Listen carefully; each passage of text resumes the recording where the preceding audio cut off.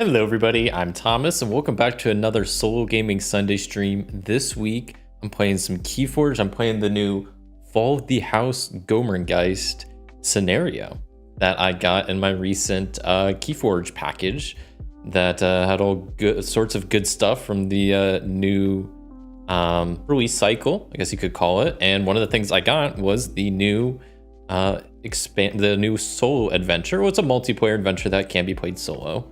And that's what I'll be doing here today. As far as I'm probably gonna, I don't know how long each session will take. I imagine maybe I'll get through 3. I'm gonna be streaming for about 3 hours. So as far as decks I'm gonna be playing with, I'm gonna be opening some sealed decks because I love doing that. It's like one of my favorite things about KeyForge. And so I thought a fun thing to do is the first deck I'm gonna play is a Winds of Exchange deck, since that's the newest set. And then I want to open one of the original Call of the Archons decks, see how that compares, because that's the first set. So I'll see, okay, how does the first set compare to this newest expansion? And then if there's time, I also do have a Mass Mutations deck, which should also be interesting to test, because that's kind of what some people consider like one of the most powerful expansions, or like whatever you want to call it. So that could be pretty interesting. I'm going to set the other 2 off to the side. We'll be just playing with the 1 today. But I guess before I get to the deck opening, I'll go ahead and quickly go over how to play this scenario. So it is... trying to think of the I don't know kind of where to start. So it's kind of like the other scenarios where I have most of the stuff for me is the same. The only difference is instead of having keys, I have these essence. Each person has 3 essence. So you have 3 of these little essence cards. And the 2 main like cards, they're kind of represented by these oversized cards. We have the Gormengeist Mansion, and then we have the Amalgamator. So the Amalgamator is what we gotta kind of have to watch out for, but that's also how we win. The Gormengeist Mansion is just there to just have a bad time, I guess. Just constantly is draining amber. What's up there, Phoenix Knight? How's it going? You really enjoyed KeyForge when it was a big fantasy fight before COVID. Hoping Ghost Galaxy can do some good things with it. I'm hoping so too. And honestly, so far from what I've seen from this set, it's really cool stuff. I mean, it seems like I don't know, the cards seem interesting. I'm excited. This expansion seems cool. How the whole like game found pledge went, I think was pretty solid. So it took a bit longer than I would have wanted to get the games, but I think it was around when they estimated, so I can't really hold them against that. But yeah, so the goal of the game is to essentially get this Amalgamator to have, in my case, 2 dark essences connected to it. So the Amalgamator is going to it's going to be draining my essence, but I want to try to get dark essence because it kind of clogs the machine, I guess is the best way to think about it. Because if it drains too many of all of my essence, I lose. So that's how you lose the game. You lose all your essence. They're kind of like your life points, but in this case, they're also kind of like your keys. Dark essence kind of jams the machine, and that's also how you win, is by having, in my case, it's players +1. So 2 dark essence attached to the Amalgamator. That's how I win. There are these mansion cards here. This is one part of it that we start with 2 cards in the center. We have Grand Stairway and Endless Corridor. They each have explore abilities on them, and what that does is just that's on your turn. You can use these abilities if you fill out the prerequisite for it. Give me a second. Taking my watch off. Driving me crazy. All right. So those are those, and then there's also this mansion deck here with a bunch of cards. Some cards can have power levels at the bottom, and if they do, that means they can be destroyed with creatures by just like attacking them, which is pretty cool. And whenever you like discard or destroy a mansion door, you flip it to the other side, and there's something on the back. So that's kind of what the mansion doors are. Gormengeist Mansion up here will have a battle line of creatures, and then I'm leaving this space over here for artifacts. Creatures, it starts with its main creature and play the Grim Reaper. The Grim Reaper leaves the battle line. You archive it instead. I don't know if I ever saw that before. Oh, that makes the scenario so much tougher. Wait, what? I hadn't read that text before when I played it over this last weekend.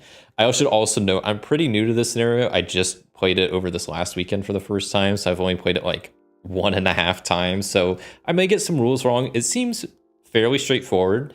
It does seem difficult though, and just reading this makes it even more difficult. So whenever the Grim Reaper leaves the battle line, you archive them instead. That's insane.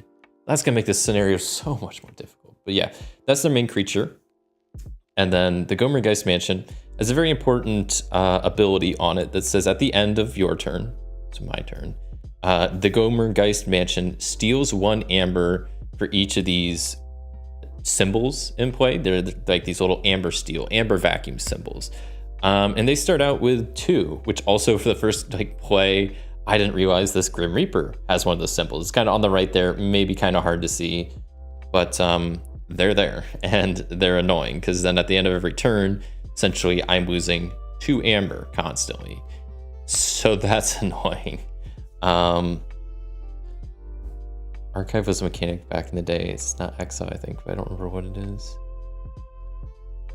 What do you mean? Archive was a mechanic back in the day. It still is. It's not exile? I don't know what you mean by that. Yeah, the Gormengeist Mansion is going to be sweeping up amber. That kind of sucks. And then the main thing is with the Grim Reaper, I should have read. The most important thing about this Grim Reaper card is it has an ability where it doesn't have a prey ability. So on its turn, the creatures are going to reap. And then it says after reap, if the Gormengeist has amber equal to or greater than the current key cost, it spends amber equal to the key cost and then drains you of 1 essence. So the Grim Reaper is essentially who was using this amalgamator. So if they're in play after they reap, if there's enough amber in the mansion, the amalgamator is going to go off and it's going to grab an essence, which is not good because you lose all your essence, you lose. So that's kind of not a great spot to be in. But once again, you win by getting 2 dark essence attached to this. So throughout this game, I'm pretty sure most of the dark essence is just from this mansion deck. They'll be in my essence pool. And then I kind of want the thing to go off so I can attach those to it. The last little bit to go over is the adventure cards down here, which is kind of the main thing it'll be doing each turn. It has 2 cards in its archive to start out. And on its turn, it just plays those 2 cards, resolves everything. And then at the end of its turn, it archives another 2 cards. Creatures go in its battle line. Artifacts go up here. Action cards will just go in its discard pile. When creatures are used, sometimes they'll have prey abilities for who to attack, and if not, they just reap. That's pretty much it. I found a couple of things. I didn't realize this is going to be tough because the couple I've only played, like I said, 1.5 times so far. The first time I lost really badly because I don't want to give too much away, but this game seems like it's kind of split into 2 kind of parts. There's you have the kind of before this event occurs and then after this event occurs. And the event's bad and you don't want it to happen, I don't think. And the one game I triggered it really early on, so that was unfortunate. But yeah, with the new Grim Reaper ability, I don't know how I'm gonna beat this game. I don't know if it's gonna be possible. But we're gonna give it a try to escape the mansion, and maybe if I lose my first game badly, we'll bump it down in difficulty or something. I don't know. But I'm thinking exile similar to something like Magic. Oh, I have played some Magic, but it's been a bit. I think pretty much I have a couple of Commander decks. I've played a bit of Commander. I've played a bit of the digital version, but it's been a bit. I really like the app is pretty good. I do like that. All right, let's open up my Winds of Exchange deck and see what my first deck I'll be playing this scenario with. Always like opening up a good sealed deck. So we have Kinlin Burglar Hobo Ulpius, and it's got Saurian, Winds of Exchange, and Mars. Mars is one of my favorite houses. I call this Winds of Exchange. It's Equidon, right? And Saurian, which I think is going to be good for this scenario because it seems like having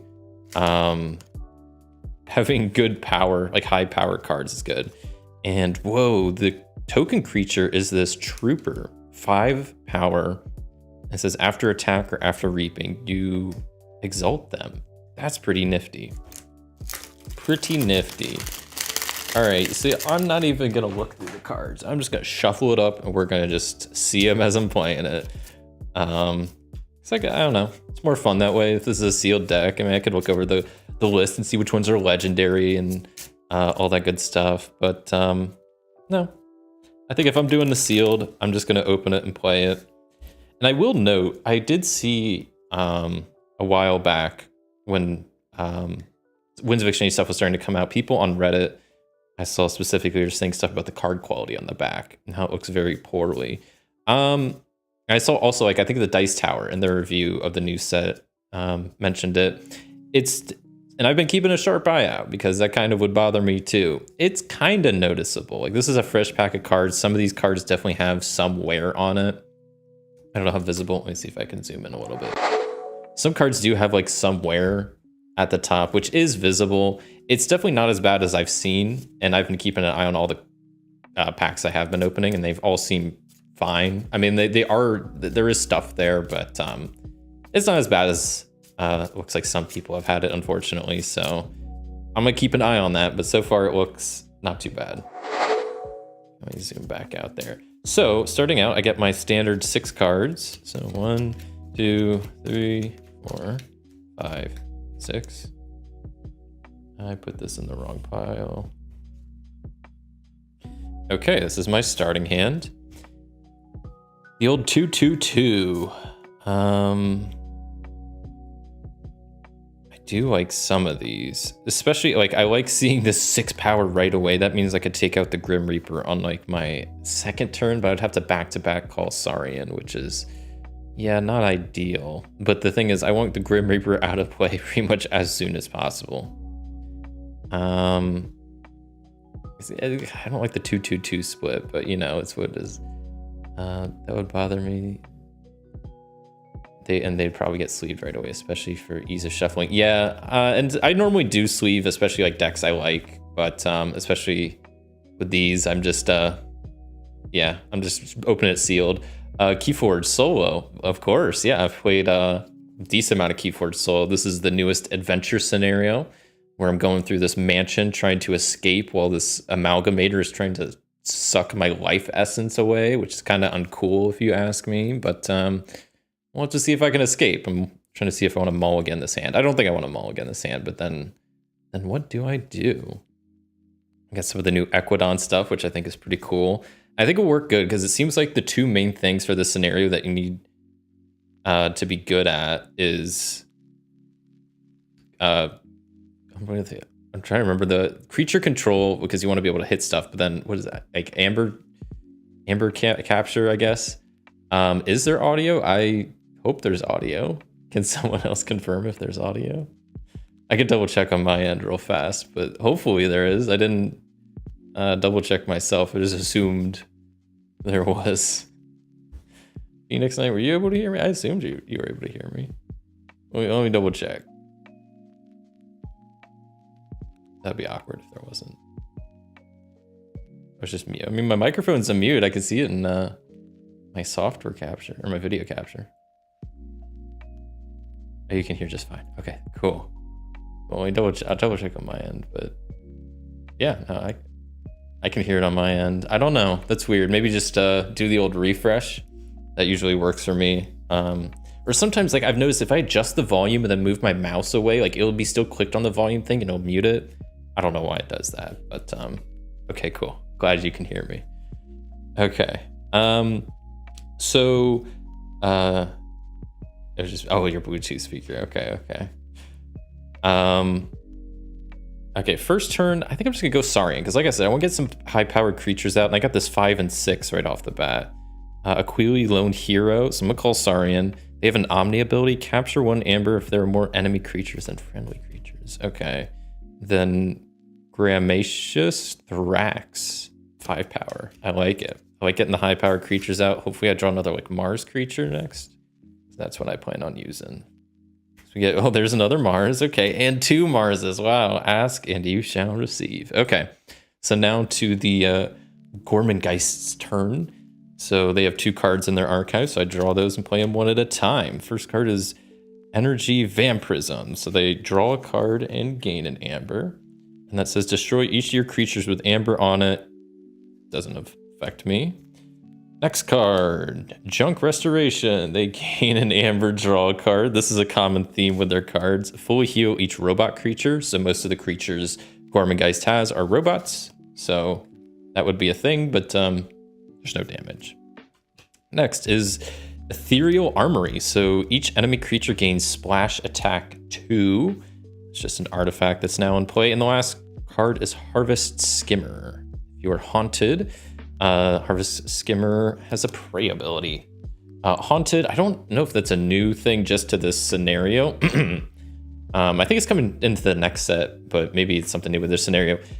Being haunted, all that means is when you have 10 or more cards in your discard pile, you are considered haunted for any effects in the game. Because there's a lot of things that are like, if you're haunted, you can do this or not this. And that's a card that's like, oh, if you're haunted, the card plays a little bit differently.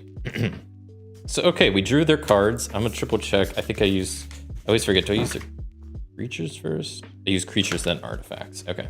So creatures go first, and good old Grim Reaper goes first. So they reap, and then they have the after reap ability. If Gormengeist has amber equal to key cost or greater, it would spend that to drain an essence, but luckily the key cost by default is 6.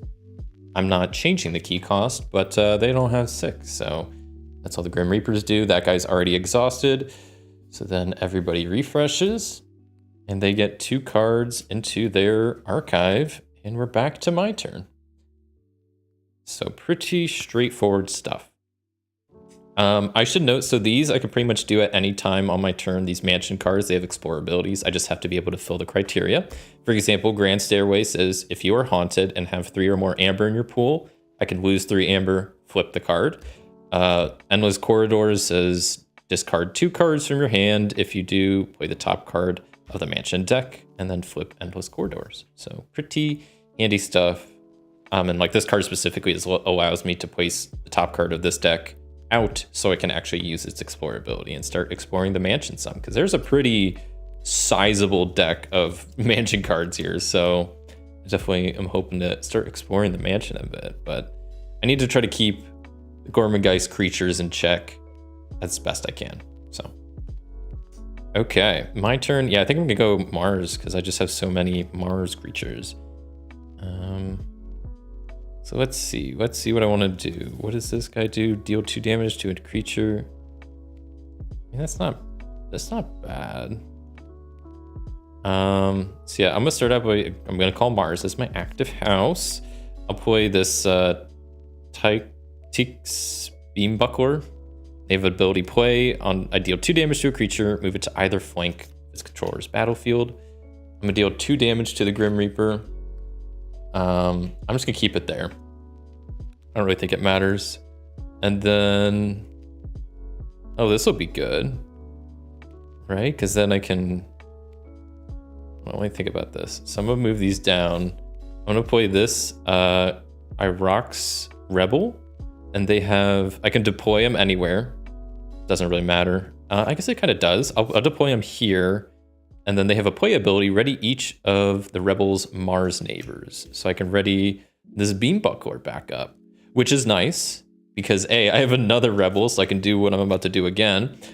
I guess I can't actually, because I'm gonna have the Beambuckler. Well, I could have him reap, but the thing is, I could just gain amber, but the thing is, it's a bit of a different thing because normally in KeyForge, you want amber to forge keys. In this case, you really don't want to gain amber because this thing is gonna be draining 1 plus amber each turn from you. So if you're just gaining amber just to gain it, not going to do anything with it, there's no point. So it's kind of weird. But I'm going to have this guy instead just attack the Grim Reaper. The Beambuckler will die, but so will the Grim Reaper, and the Grim Reaper is archived instead. I guess I could just place him on the top. I don't know if it really matters. And then let's see. I'm just going to discard Brain Dart because I don't think I really want that. And then I can deploy the Rebel, and that will ready them.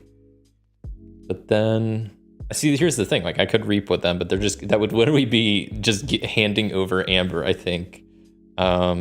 So I don't want to do that. So I think I'll just pass. Draw up some cards. I have 2, 3, 4, 5, 6. Whoa, what is this card? Hold on. MK2 generator. It's got 2 damage symbols on it. Action, make a token creep. And I love Mars, and they've really done some. They've added some cool cards in this newest expansion. Okay, back to Gormengeist's turn. First card, oh, it was the Grim Reaper. Who would have guessed? Not me. Luckily, they do enter play exhausted. Next, Thought Catcher. It's another creature that has an after reap ability. Oof. And Mamet. It's another creature that has an after reap ability. I'm glad they all come into play exhausted, because I don't have to at least worry about them this turn. That's why I really wanted to start getting some creatures out here that has some high power. So luckily we're getting there. Yeah, normally they would use their creature. Oh, I guess they do have the 1 creature. So if I'm haunted, which I only have 2 cards in my discard, so I'm not haunted, that would have prey. But since I'm not haunted, it just reaps, and it has an after reap ability. Discard the top 3 cards of your deck. No. So the top 3 cards, I lose Shopping Spree, Relay Pod, and something the Arcane. Okay, well. Never heard of KeyForge? Oh man, it's a fun one. It's made by Fantasy Flight. Well, it was made by Fantasy Flight. I've seen people that made like Arkham and stuff, but yeah, this is the newest adventure scenario that you can play with multiple people or solo, like how I'm playing today. So it's pretty cool stuff. And what was I just doing? Oh, I discarded stuff because of the creatures, so I gotta ready everybody up. So they have a lot of creatures that are going to be reaping, and they all have after reap abilities, which is not good. It's the end of their turn, so I archive 2 cards for them, and it's back to me. Man, I almost want to go Mars again, but I want to use some of my guys. Ooh, this guy is really good. Mix the Tall-Minded, because what's nice is they have their card reads, your opponent's keys cost +1 amber for each friendly Mars creature in play. So if I were to play that, that'd be an immediate +3 key cost, and that key cost affects how much amber it costs for them to use the amalgamator with the Grim Reaper. So man, I don't know because if I use these rebels, they're just gonna like die. Equidon, what can I do? Return a friendly token creature to your hand. That's pretty interesting. Opponent draws a card, yada yada yada.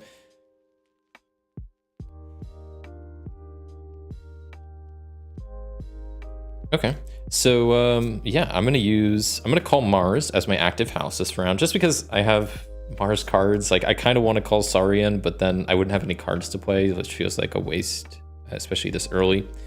And it's nice, I got some damage pips. So I'm gonna play my MK2 generator. 2 damage pips are going on this Mamet, taking him out. Easy. What next?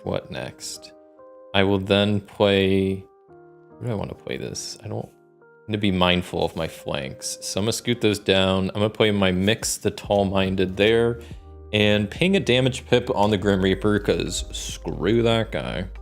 And then I have my Glixix Weaponsmith, which I'll play on the end of my battle line there.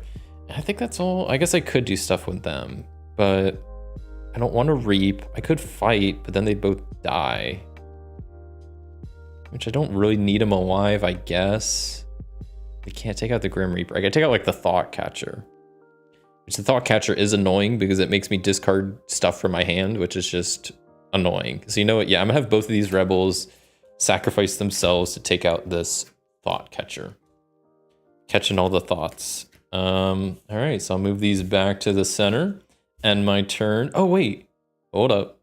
This doesn't really affect much, but this thing enters play ready, so I can already activate it to make a token creature, which is pretty cool. I'll just put them down here. I wouldn't have been able to use them because they would be exhausted, and they were also like Saurian, so it's all good. But I do have a token creature down. It has 5 power. That's nothing to sneeze at. I draw 3 new cards, and I get more Equidon, 2 Saurian. Whoa, with 10 power with splash attack, 3 damage. Pretty crazy. Got all these Equidon cards I want to check out. Okay. I'll make sure I'm not forgetting anything. Yeah, normally it would be stealing Amber at the end of my turn, but I don't have any Amber to steal, so nothing, no Amber for them. So drawing their cards, we get Shady's creature. I'll just put them into play, exhausted. And then we get Never Really Gone. So if the Grim Reaper wasn't in play, I would draw them. They also get an Amber and another card to draw. Spontaneous Awakening. Play the topmost creature from the discard pile. The Thought Catcher is back. Then ready it. No, after my rebels sacrificed themselves, it was for nothing. What a shame. Okay, so now all the creatures to use. So this Harvest Skimmer. Let me see, am I haunted yet? 1, 2, 3, 4, 5, 6, 7. I'm close, but not quite there. So Harvest Skimmer reaps, and then it says, yeah, discard the top 3. So now I'm gonna be haunted. What else did I lose? Whoops, that's 4. I didn't see that. I totally did. 2 Equidon cards and a Saurian card. And the Grim Reaper goes, and that's not good either, because that's officially 7 Amber for them, and the key cost. Oh wait, I did raise it. Oh, I forgot I did. I was gonna say, because they would have 7 Amber, which is enough, but my Mix the Tall-Minded is affecting the key cost by 2 for each of my Mars creatures, so it costs 8.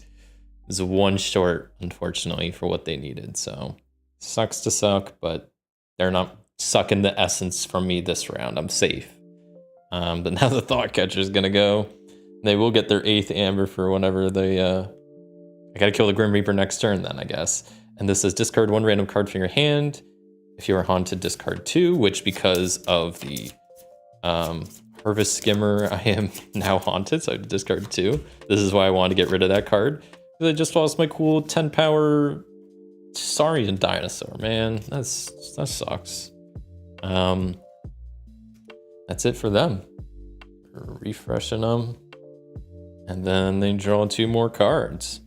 It's back to me. I was like, did I forget to redraw my cards? No, they got stolen. Your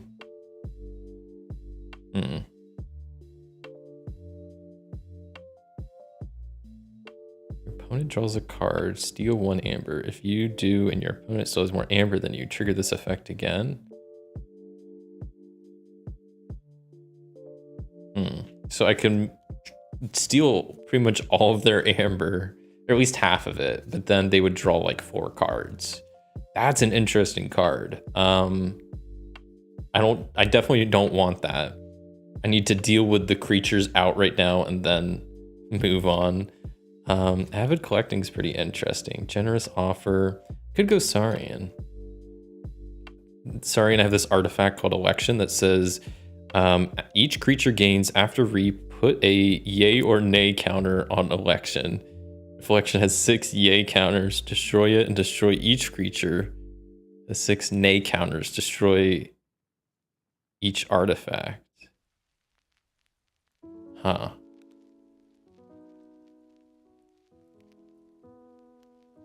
On Election.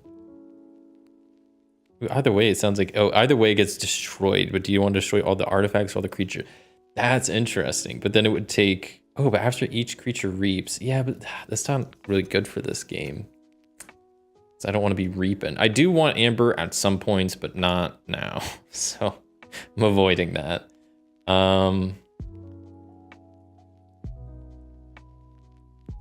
What do I want to do? Do I call Amber? Do I get some... These aren't even Equidon creatures, so I can't even like get stuff on the battlefield. I'm gonna call Saurian. I'm doing it. Election, that seems like a cool card. I don't think it's for this game. I'm just gonna discard it. I don't even want to play it because then I'd get the Amber, and I don't want to give them more Amber than they need. I'm gonna have my Gramicious Thrax attack the Grim Reaper. Take them out, which unfortunately just puts them in the archive, but at least I'll put them on top. At least prevents them getting the essence this turn. I'll push them back 1 turn. They have this 6 damage guy. Maybe I'll have them attack. I really want to get rid of the Thought Stealer. I'm gonna do it. And they'll take, since they have an armor, they'll take 3 damage, and I'll just, technically they'd be exhausted. I'm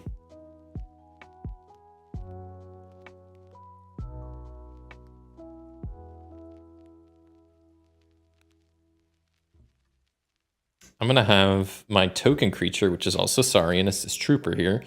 I'm gonna have it fight Shadies here, because then they will both just die. What was this card? It was some vendor. Okay. I think that's all I can do. So that's, I will ready up and let's see what I get. Saurian, Equidon, Saurian. Okay. I need to go like Equidon soon. I got 4 for now, unless they play another Thought Stealer.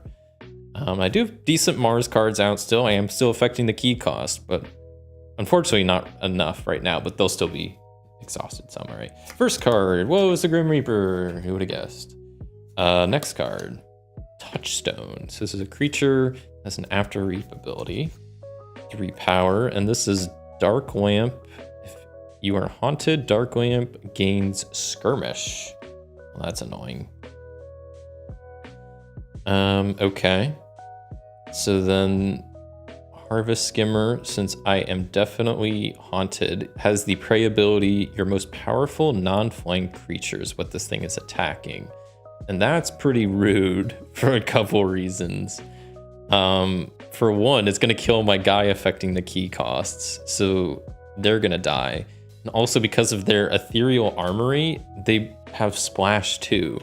Luckily, both of my guys have armor, so they're only taking 1 damage, but that's still rude. I mean, they're gonna die for that, but still rude. And that's their only creatures they have. So I will ready everybody up. Ready, and draw 2 cards. I just need to get more board established, but they keep just wiping away everything I got. Destroy a creature. If you do, its controller gains 1 amber. I could destroy the Grim Reaper. Destroy a friendly creature if you do, steal 2 amber.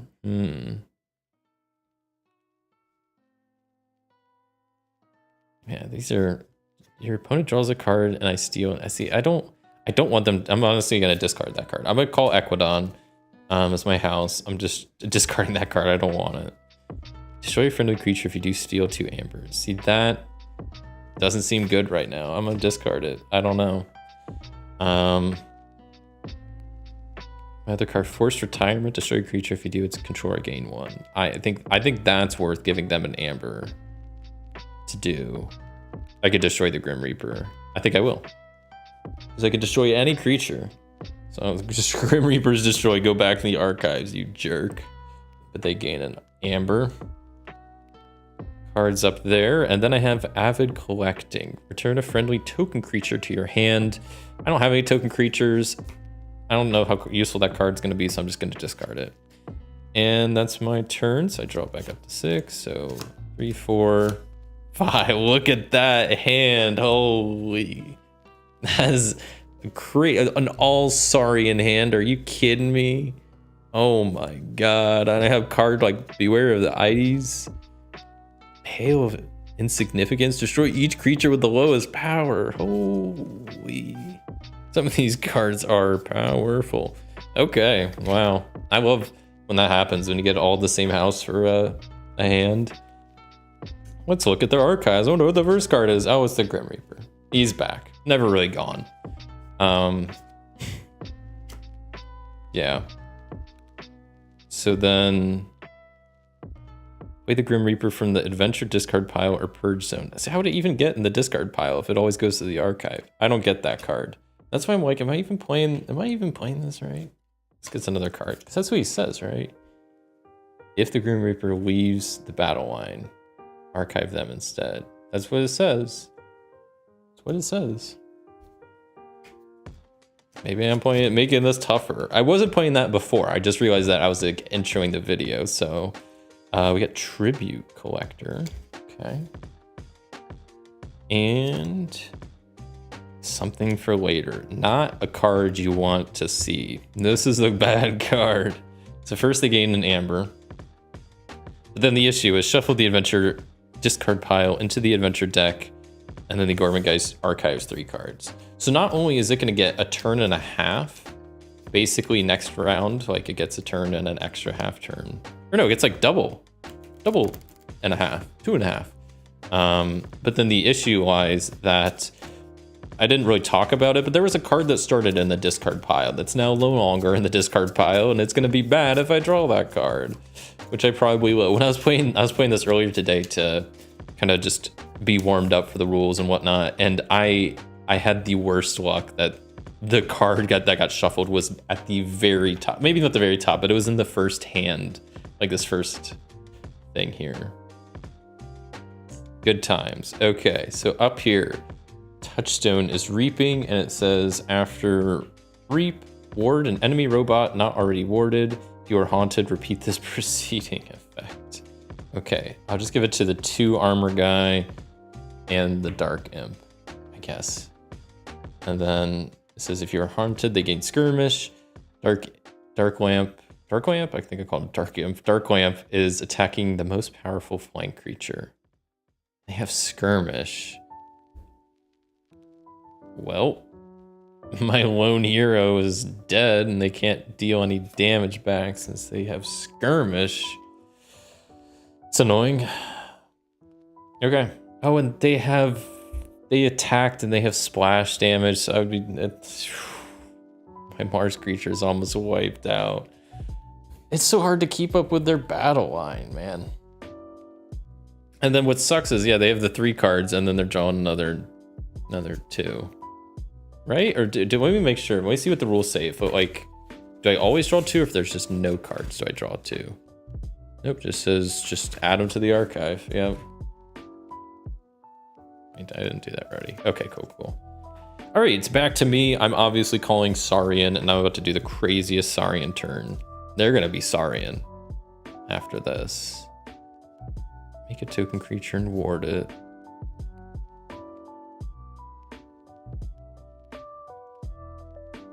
Who has the lowest power? Oh, okay.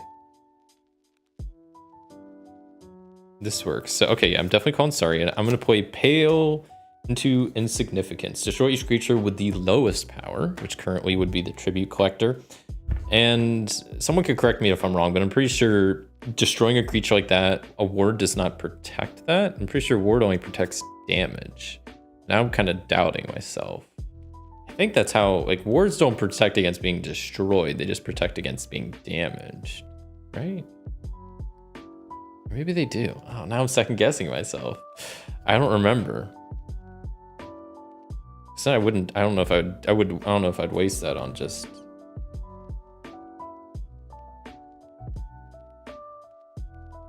I think that's... Oh, now I want to, like, look it up somewhere. I don't even know where...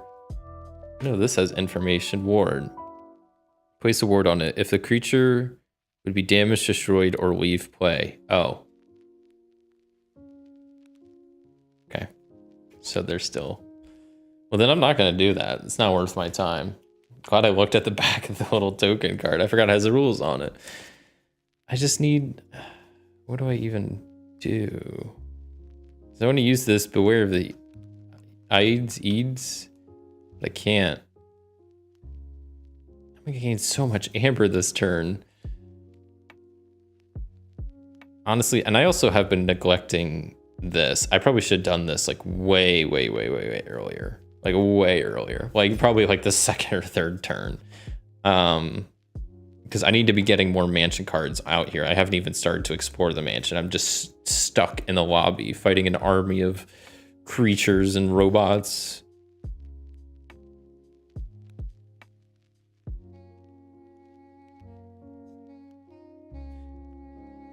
Okay, so I'm gonna play this Ballistigo, and I will exalt them because then they have splash, and then I can play this card, which lets me steal an amber. I'll just place it on this guy again. And this says create a token creature. If you exalted a creature this round, which I just did, I can archive this. Then what else? I'll play this guy over there. He doesn't really have any abilities. I'll play Arm the Plebeians. So I gained an amber, and I can steal an amber. There's a capture, not steal. I'll just put it there. I can make a token creature and ward it. I have a decent amount of creatures out, but can't really explore. I think next round I'll explore because I hopefully will draw non-Saurian creatures. But okay, that's it for my turn. I still have these 2 cards left. I just need 2 other non-Saurian cards. Okay, there's 2. Okay, there's lots of non-Saurian cards. Guess I should be careful what I ask for. But back to this pile of, and one of these cards can be the bad card. It can happen. It happened to me. Dark Lamp. Okay, they're just adding more creatures to the battle line. Never really gone, which is just gives them amber and another card. If the Grim Reaper was not out, they would be. Next card, Harvest Skimmer. Another one, or they're back. Whichever. Never really gone. Neither is this card, it seems like. As I draw another amber and add another card. Tribute Collector, the second one out there. It's time. There it is. This is the bad card, and I've already drawn it. And I feel like, I'm a little bit prepared for it, but not really. Not really.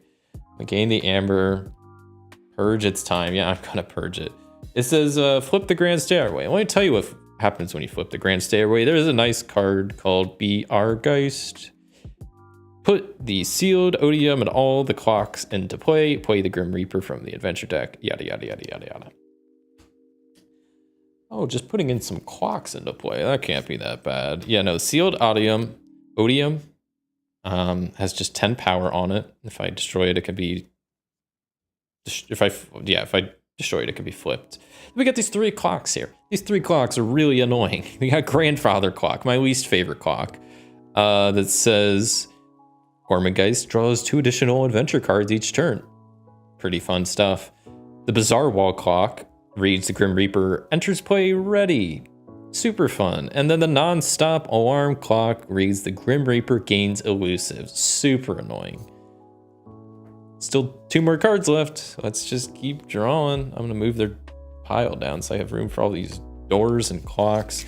Next card, Return to Rubble. If you are haunted, I am. Destroy each creature and artifact. And shuffle the discard pile into your deck. Wait, what? If you are haunted, destroy each creature and artifact.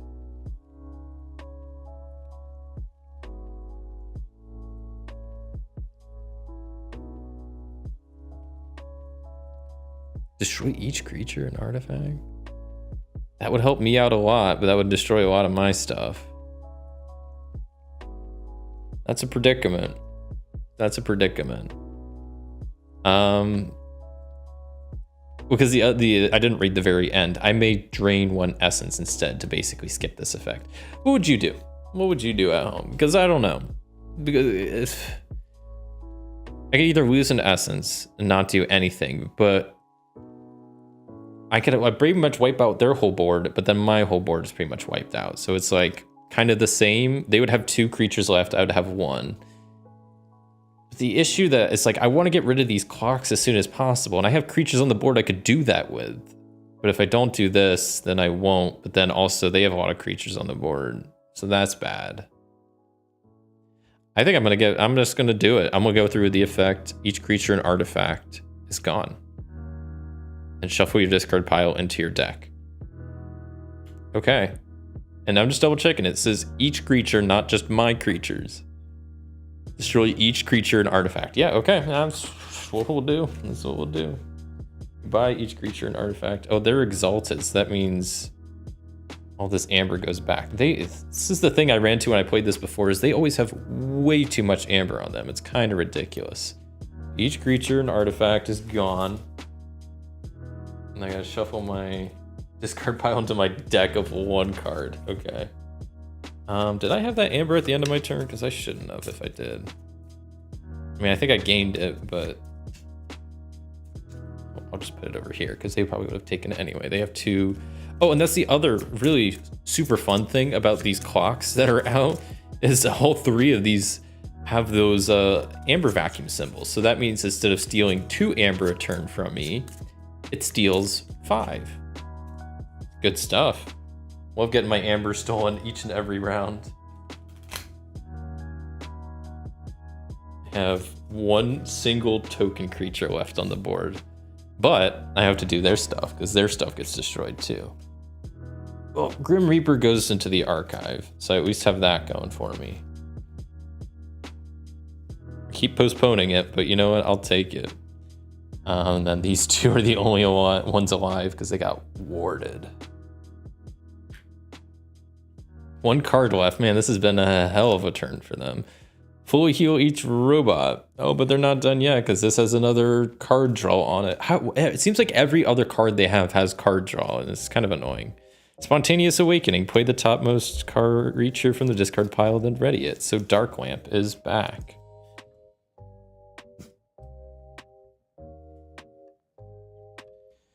Okay. So I am not haunted anymore, so that just attacks the most powerful flank creature. So they just would attack my token creature, which would kill this Dark Lamp. They would take 4 damage. Just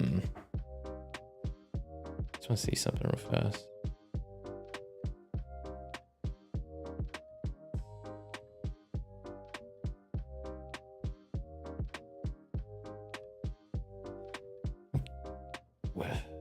I'll go ahead. So the one thing I had to stop and think. So creatures now, I believe this is a change they made, that instead of having fight abilities, they have after fight abilities is what they like changed it to. I'm pretty sure that's the case, or that's just a new keyword they started using. But the token creature says after fight exalt trooper. The thing that I'm kind of curious that I'm not too sure about is, does that trigger when attacked? Because this is after a fight, but not after I use the fight ability. Like, can other creatures attacking trigger the after fight? I don't know, because it is after a fight, but I'm not the one fighting. I don't know. I'm gonna go with no. I don't know for sure, and that's just how I'm gonna play it, is that I only trigger after fight if I'm the one fighting. Because that just kind of makes sense, but maybe it doesn't. I'm gonna go with it. But either way, the only difference is they would gain an amber here because this guy is just going to reap. Discard 2 cards from my archives. That's rude. Because then this Dark Lamp is going to attack this token. It's going to kill him anyway, but it was just whether they got an amber from it or not. All right. What a turn for them. They get not 2, but 4 cards in their archive. And then it's back to me.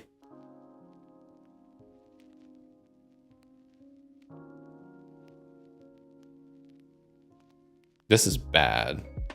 Like, this is bad. I have no way to destroy this clock in the next, like, 3 turns. So that means that the next 3 turns are going to be, like, them drawing double cards, which is just not good. Especially because now my whole battle line's gone. I'm starting from 0. And it's like, I don't even know what I want to do. I'm looking at these, like, I have like a bunch of artifacts right now. I have 2 Mars artifacts and an Equidon artifact. And all these are about putting Crystal Hive. Yeah, I guess Mars, because I just need to get some creatures in play. I'm gonna call Mars. I'm gonna play this Nyan Cat Outpost. Crystal, well, no, I guess I'll play this guy first. Weaponsmith. I can ping a damage. I guess I'll ping a damage onto the clock. I don't know.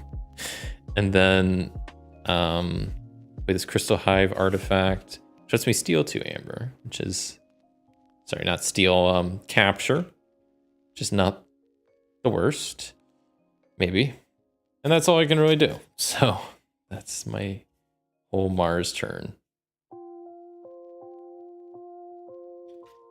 I draw Equidon, Saurian, and Saurian. So it looks like I might have to go Saurian like the next 2 turns, and that might save me. Back to them. Man, I wonder what this card is. It's a Thought Catcher. No. Unfortunate. What's next? Harvest Skimmer. Man.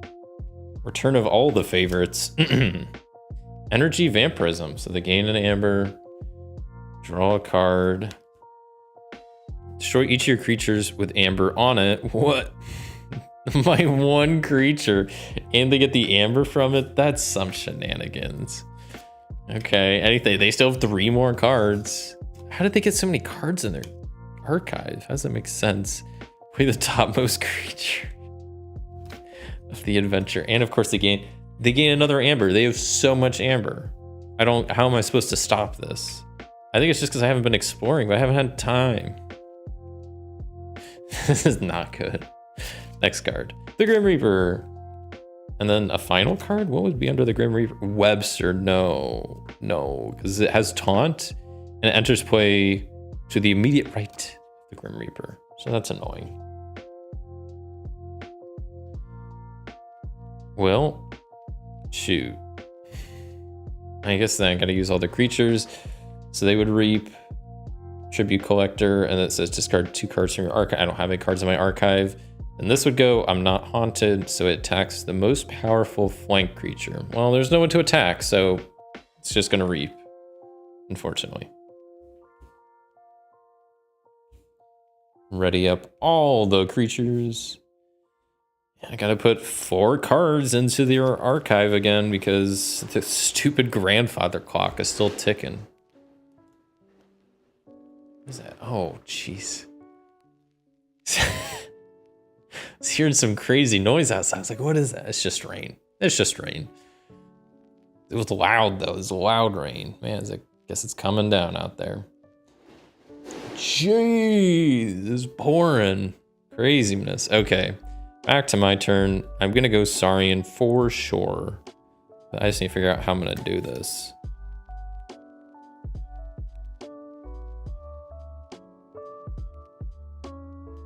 Because this isn't good.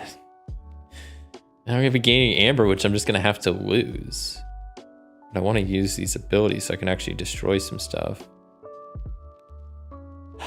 This game, like, I feel like this scenario so far, like so far from my play, like it seems cool, but it's tough. Like, look how much amber they have. Like, I keep stalling them. I'm not gonna be able to stall them this turn. They're actually gonna forge a key essentially and just, take one of my essences away. But jeez, it's brutal. It's brutal. Okay, you know what I'm gonna actually do? I'm gonna use the Endless Corridor. Discard 2 cards from your hand of any house. If you do, play the top card of the mansion deck, then flip this card. So I will play the top card and flip this card. The backside of this is a strange passage that says if you have 3 amber or more, lose 3 amber, then if you do, play the top card of the mansion deck, flip it back over. The new card is an unsolvable puzzle that says enrage 2 of your creatures, then each of those creatures captures 1 amber from you. If you do, flip unsolvable puzzle. Excuse me. Yeah, that's a thing. This isn't good. I really should have been doing this sooner. I think that's like one part I've messed up, is I really should have been doing these a lot sooner before the clocks came out. But I wanted to try to... I don't even know. You know what? Maybe I should have been doing these a lot sooner. Maybe that's my mistake. I'm at least going to play one other game. Because this has been going... maybe 2 other. We'll see how we're doing on time. Because I feel like this one I'm not going to be lasting too much longer. Because they're just going to keep getting more amber, more creatures. I'm just going to get overwhelmed. Yeah, I'm still gonna play both of my Saurian creatures.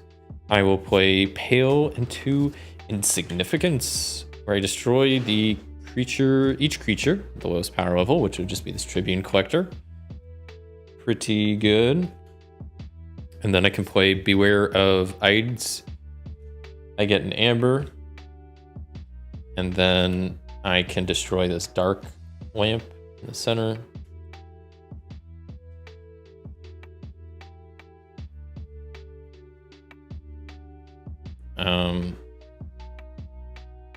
And then I might do the explore for this unsolvable puzzle though. I could either do that or that. I don't know which one I'd rather. I could do either. I'm gonna, yeah, you know what? I'll flip the strange passage again because it says if I have 3 or more amber, I can spend it to basically flip this. And now I can do that whenever I want to discard stuff. Okay, this is good. Yeah, I feel like the mistake I've made so far is not using these cards enough. That's totally on me. 1, 2, 3, 4, 5, 6. A lot of Equidon stuff. 4 Equidon. And one of them are creatures. So you know what? I'm not gonna. There's a 6 power, a 3 power, a 4 power. Not bad. All right, back to them. Jeez, I did not mean to flip that like that. A Shady's card. Are they slim? Who knows? Call of Need. Ready and ward each. Ready and ward each robot creature. You may drain 1 essence instead. I'm tempted to. That's pretty brutal. This can make destroying these guys way more tough. Honestly, yeah, I'm gonna let them drain an essence. There's no way. Skip.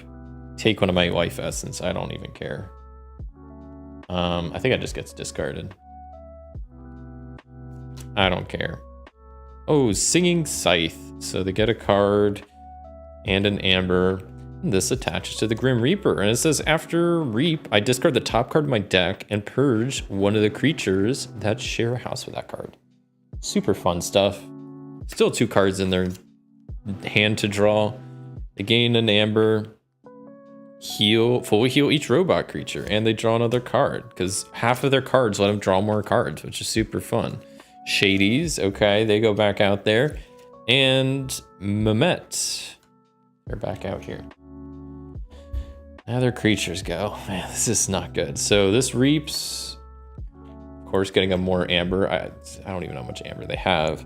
If I'm haunted, which I don't think I am. I might be close. 1, 2, 3, 4, 5, 6, 7, 8. It was close, but not haunted, so I have to discard a card from my hand randomly. Luckily, just 1, because I'm not haunted. This is my Mars creature, but whatever. I'm not haunted, so their ability doesn't go off. So they gained them an amber, and then I discard the top 3 cards of my deck, making me now haunted. The Grim Reaper is finally reaping for the first time. I guess maybe the second time in the game, but first time it's actually going to work. So they discard 6 amber, which is going to make almost no difference in their amber supply. Yeah, did you notice 6 amber is gone? And they drain another amber, or essence of mine away. I don't even know if I did the Reap ability for the Grim Reaper. It doesn't matter. I mean, I will. They have so much amber here, it almost doesn't matter. And then after the Reap, I discard a card. I don't have any creatures in play, so I don't have to purge. Then this guy has Prey, your least powerful creature. So this guy is taking 4 damage, and my least powerful creature is dead. And that's it for them. So all these are readying back up. Not good. Really bad. I can't even destroy this turn. I wasn't gonna be able to anyway if I didn't call Saurian, which I guess I'm not, but.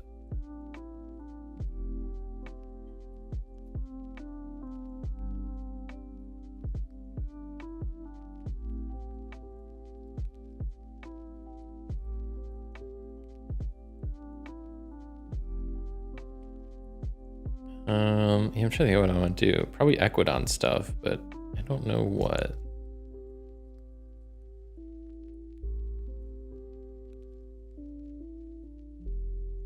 Okay, I'm gonna play the Shrewd Investor that allows me to draw a card.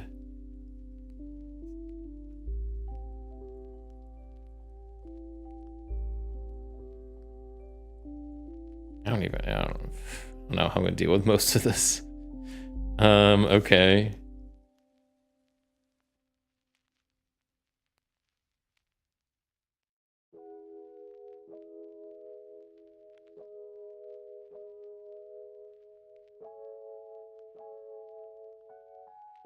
Yeah, I'm kind of at a loss here.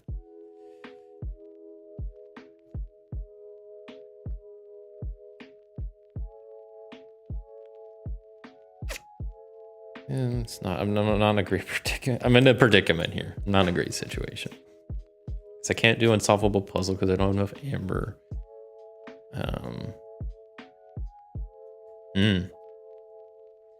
Discard my hand and do that. Just get some more mansion doors in play, but it's not really gonna do much now.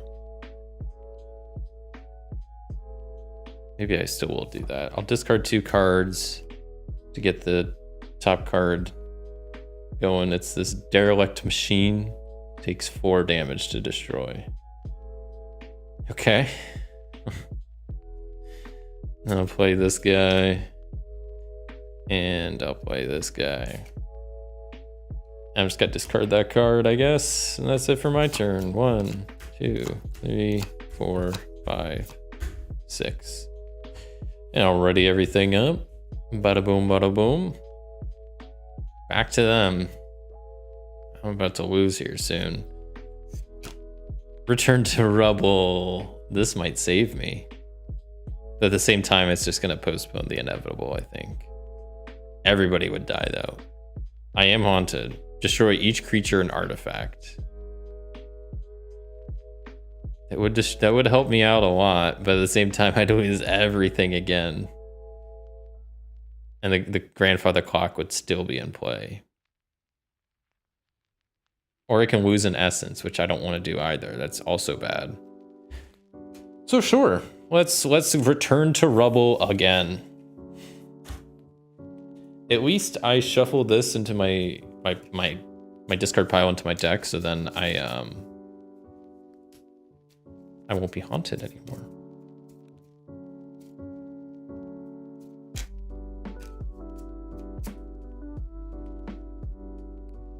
And then all their creatures are gone. I mean, that's helpful, but they're still gonna keep drawing cards. Also, Grim Reaper's just in the archive. But everybody else being gone, I mean, that's pretty great. Because I don't know how else I was gonna deal with them. So, okay. Still have 3 more cards, unfortunately. I wish Return to Rebel was the last card they drew, but can't win them all. Okay, we got some creature, Moment, and a Harvest Skimmer. Skimmer? Yeah, they don't have any creatures to use, so they're just readying everything up. Then adding 1, 2, 3, 4 cards to their archive again. And it's back to my turn. Don't really have a plan.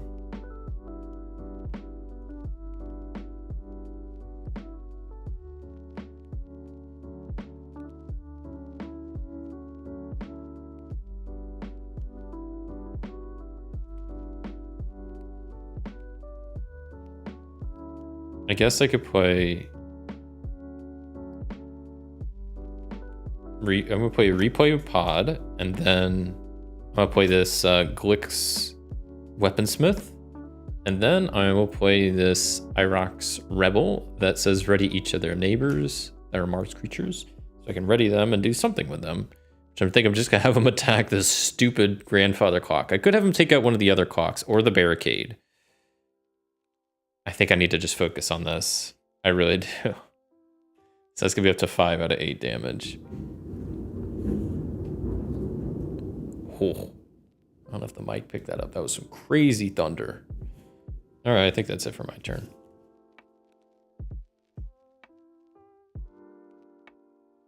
Oh, I think I was supposed to flip this when I did that last time. I don't think I did that. Another Mars creature. Did I shuffle this into my deck? Am I dumb? I must have. That's not supposed to be in there. Another Aquadon creature, some more Mars creatures. Okay. Back to them. First, Call of the Need. Ready and ward each robot creature. This time I actually will do that. I'm not going to drain more essence, because I only have 3 creatures out and they're not too scary. I think last time there was a lot more and they were a lot more scary. Power supply. Each barricade gains +2 armor. I could have destroyed that barricade last time. You must pay 1 amber to explore an obstacle in addition to all the other costs. Jeez. Okay. Infiltrator. This one's annoying because it spawns on my side and it starts killing my stuff. Infiltrator.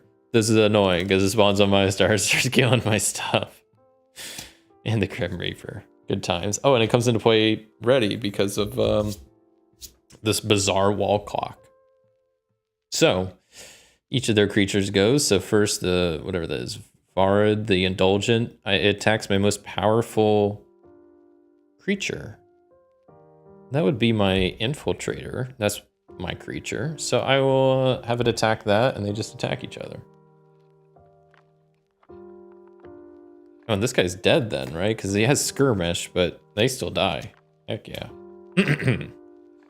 This just has after reap, destroy one of your artifacts. What? No. All right, my what is that? Replay rod pod is dead. Harvest skimmer is going to, I guess, reap because I'm not haunted, and I have to discard the top 3 cards of my deck. Okay.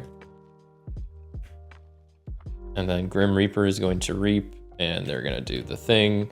1, 2, 3, 4, 5, 6. Okay. Hardly making a dent in their stuff again, and I'm officially out of essence. I'm still in the game.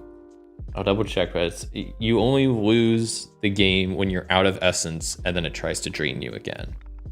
So I'm basically like, I'm almost dead, but I'm not dead. I'm gonna triple check that's correct, but I'm pretty certain if I'm remembering it right.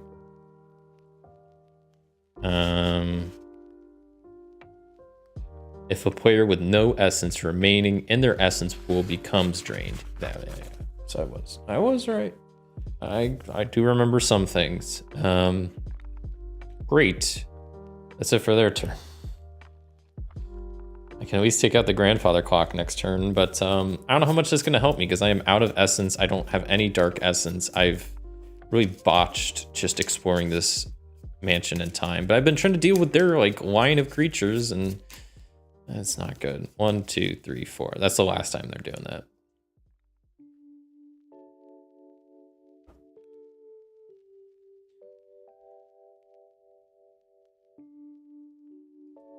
This would also ready.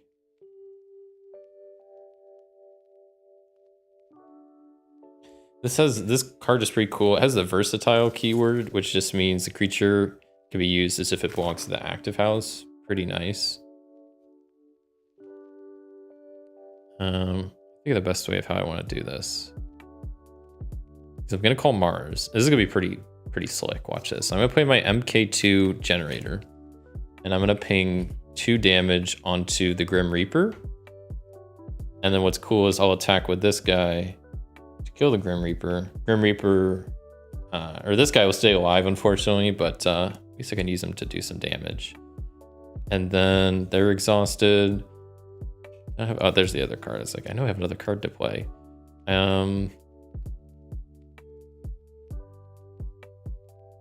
Yeah, I'll use this. I'll play them, use that damage pip to get rid of this ward on that guy. I'll use this weaponsmith, or I'll use this rebel to destroy this. They'll just kind of destroy each other. That's fine. And then I'll use this weaponsmith to attack this clock, finally taking it out. I get to flip the grandfather clock. There's a creature on the back, so I get my reward for taking out the clock is another thing to fight, and it's a 5 damage, 4 armor. After we put a time counter on this creature, if there are 3 or more time counters, remove all of them, then each player drains 1 essence. I thought removing the clocks would be a good thing. What's up with that? That's it for my turn. I guess also this destroys this. Because at the end of my turn, it destroys non-Gormengeist neighbors. Sweet. Not sweet. Okay. I think I've lost this. There's no coming back. I mean, I always took out the Harvester, so it's not going to kill me this turn unless there's some bad card in here. So there's the Grim Reaper.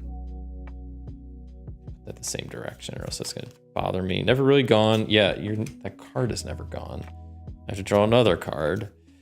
Next thing, return to Rubble. I mean, I might as if I'm haunted. Wait, am I haunted? 3, 4, 5, 6. I'm not even haunted, so this card doesn't do anything. Okay. Kind of wish I was haunted because that would have been decent. Webster, the giant, whatever that is, dinosaur, whatever is back. Call of Need. Ready and ward each robot creature. You may drain 1 essence instead. You know what? I'm going to drain an essence instead. Because I don't think I'm not getting out of this life. So I'm going to drain essence, essentially just losing. There's no way I think I could have recovered from this. This was rough. It didn't go as poorly as my other games, but man, I mean, I did draw that one card on the whatever it is. That's the Grand Stairway. This card, it is time. That's what happened last game. Is like you shuffle that in. You're not supposed to draw it for a while, ideally, and then I did. I drew it in the first part, and that happened to me last game. This is a tough scenario. I'm probably just bad at it. I mean, I definitely know for sure I underutilized the mansion deck. I should have been exploring more. I want to see what's on the back of these cards, but you know what? I'm gonna wait. We're just gonna replay it right now. Play a different deck. See how that other one goes. Shuffle this. Kind of get stuff reset. What was okay? This guy was the other clock. So I put all this back. The original 2 things. That's in the discard. This gets shuffled. Luckily, it's not too bad to reset. So sometimes stuff takes a little bit, but this one's pretty straightforward. Especially like once you've done it once or twice, then kind of just makes sense.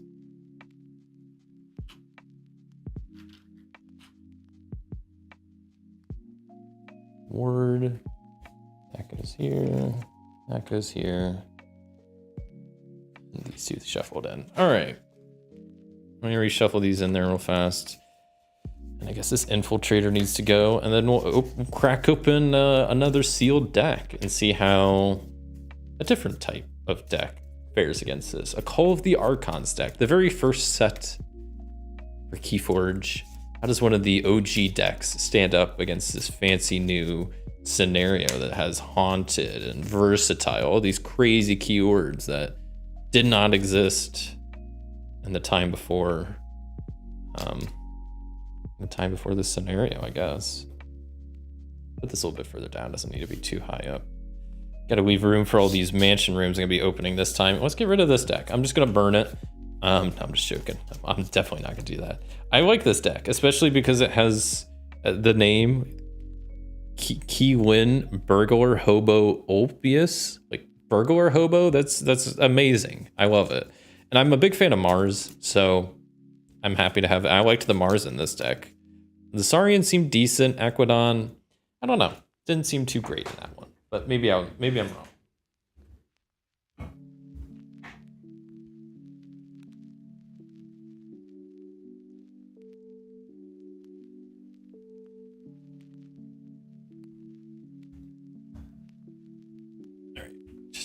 Seeing how we're doing on time. Okay. New round, new deck. Opening up a Call of the Archons deck. There's some good Call of the Archons decks. There's some bad ones. So who knows what kind of deck I'm gonna open? What do I want to see? Hold on. Let me make. Oh, this is before they started putting the houses. I was like, where are the? I want to see what the houses. I'm trying to think what's in the first set. I'm pretty Mars is definitely there, so I'd love to see some Mars. I get Untamed. I'm not the biggest Untamed, so Dis. I would hope to see some Dis. Yeah, let's just see what I get. Brobnar, Mars, and Logos. It's Star Trace. The Samples of the Archives is the card. It's got some good stuff in it. Okay, let me crack it open, shuffle it up. I'm gonna kind of do like I did last time. I'm not gonna really look over the deck list or even, excuse me, go into I'm not gonna look through the cards, just gonna shuffle it up and play it and see how it plays. It's got Brobnar, Mars, and Logos, so that should be pretty good. I mean, it seems like board control is pretty important with this. Logos will get you like deck efficiency, card draw, archive stuff, so that could be pretty handy. Yeah, I'm curious what this deck is gonna do. I also think I have a better understanding of the scenario. I think I just generally need to focus more on the mansion deck, because I knew the whole grandfather, like the clocks coming out, like I once I played this once or twice, I was like, okay. And the first time you can, because that's what happens when this It's Time gets shuffled back is, you know, it starts out in the discard pile and then that flips the grand stairway. And the first game I played, I didn't realize flipping the grand stairway was bad, and I did it, and then all the clocks came out and I'm like, this is not what I wanted, because it made the game a lot harder. And I realized, oh, there's a card that does that, and you don't really want to do it. Maybe in some scenarios you might, but in some situations, but it seems like generally you do not want to do that preemptively. All right, this is my last shuffle. I'm not going for a perfect shuffle here, just enough to get it mixed up. So let's see what I get. Starting hand, 1, 2, 3, 4, 5, 6. Okay, we got some 3 Brobnar, Tremor. Okay, that's good. Headhunter, I like that. A couple Mars creatures. Okay. We're on our way with our next round against the Gormengeist Mansion and the Amalgamator, fighting with Star Trace, the sample of the archives. All right. Well, I kind of just want to go Tunk. Maybe I shouldn't focus that as much, because the main thing I'm focusing, like I'm immediately focusing right off the bat, is how do I kill the Grim Reaper? But I guess it's not too crucial at the start because they don't have Amber to spend. I think I'd really need to focus more on the mansion stuff, which I could do the one right away. The Endless Corridor, I could discard 2 cards. I could discard both of my Mars cards, or yeah, I don't know. I don't want to discard both Mars cards, but I think I might have to. I might not, not like I have to, but I just wish I had another Amber. Okay, so I'm going to play Headhunter. I'm going to call Brobnar as my active house. I'm going to play Tremor to stun a creature in each of its neighbors. So I guess the first time we've used stun. Stun the Grim Reaper. And then I'll play Punch to punch him. Deal 3 damage. And I gain an Amber, which is just going to be stolen at the end of the round. I'm also going to discard both of my Mars cards to go down the Endless Corridor a bit and take a look at this unsolvable puzzle. See if we can start solving it a little bit sooner than last time. That's gonna be it for my turn. So I'm gonna draw back up to 1, 2, 3, 4, 5, and 6. Lots of logos, which is good because that's what I was gonna do anyway. But we love to see it. So back to the Gormengeist. Not back to, it's their first turn. First card they get, Mamet. Not a bad one to start out with, I think. Sooner, something for later. There's no way I drew this as the second card, because this is the card that shuffles the adventure discard pile into the deck. So it immediately shuffles this and then draws 3. So there's a chance that on turn 1, I get that card. That would be so unlucky, but it could happen. It could. I'm gonna archive 3 cards. I won't at least draw it this turn, but if I draw it next turn, I might restart, because that would be incredibly bad luck. But also, like, if there's that kind of bad luck in this scenario, then they need to like redesign it or something, because that's not good. But we'll see. Maybe I'm just having bad luck here, because I don't know how many something for laters there are, but I drew that pretty early last game, and I drew that first this game. Not very good. Going up to their stuff, they're stunned, so they can't do anything. Ready up their creature, and then adding 2 to the archives. Brings it back to me. Oh, they would have also stolen this. Excuse me.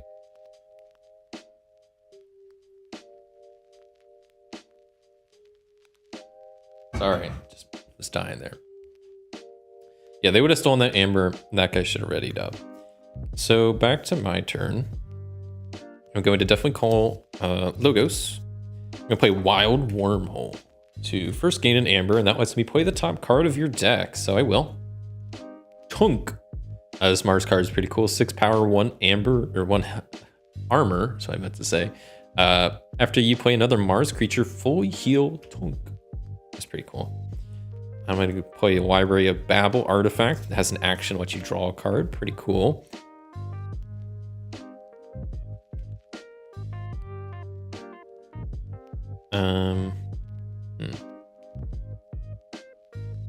Experimental therapy, that I can attach this to a creature and it belongs to all houses. But I have to stun and exhaust the creature. Maybe I'll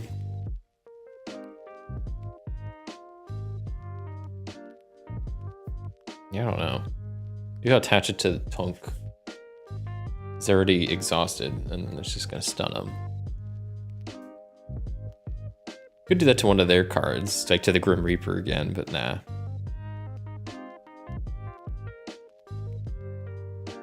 Ooh. Dysania says your opponent discards each of their archived cards. You gain 1 amber for each card each card discarded this way. Does that count? Because their cards are archived. I mean, I guess that is, yeah, that's their archives. So, I mean, I'll double check, but I don't know if it specifies like their cards and whatnot. Is this like, is this out of order?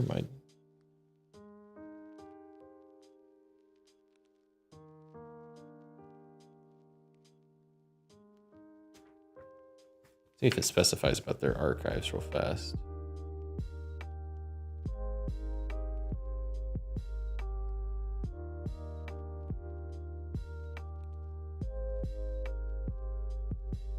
Okay, yeah, it says if a card effect would return an adventure card to the Gormengeist hand, blah, blah, blah. Okay, sorry. If any player card effect that interacts with the opponent's archives also interacts with the Gormengeist archives. Okay, just making sure, because this says, yeah, you discard each of their archived cards. You gain 1 amber for each card discarded this way. That seems crazy good. 1, 2, 3, 4, 5. That saved me.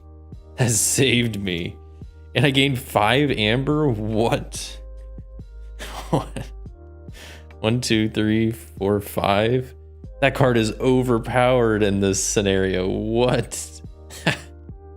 Because then also watch this, right?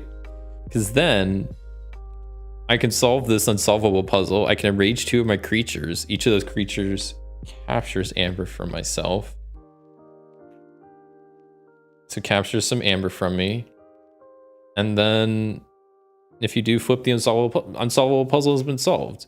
Oh, what is this? An Echo Fly.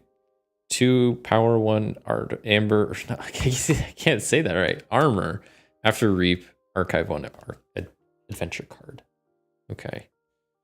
And then I can spend at least 3 of my leftover amber to explore the strange passageway and grab another card, which is the Towering Bookcase. It says exhaust 2 of your creatures of the active house if you do flip Towering Bookcase. Okay, well, I can't do that, but maybe next time. 1, 2, 3, 4, 5, and 6. Ooh, Gengar Chieftain.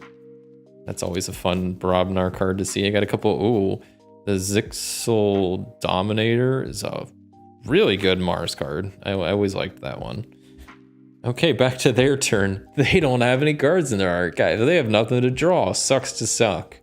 Sorry. Just get annoyed with this guy. All right, so they reap. They can't do anything. They reap.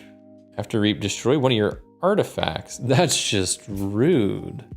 That's just rude. And then these all ready. And they would put just 2 cards in their archive. Cool. Back to me.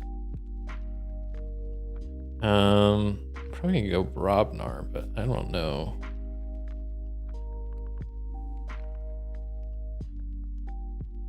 Okay, I got some plans. I got a couple plans here.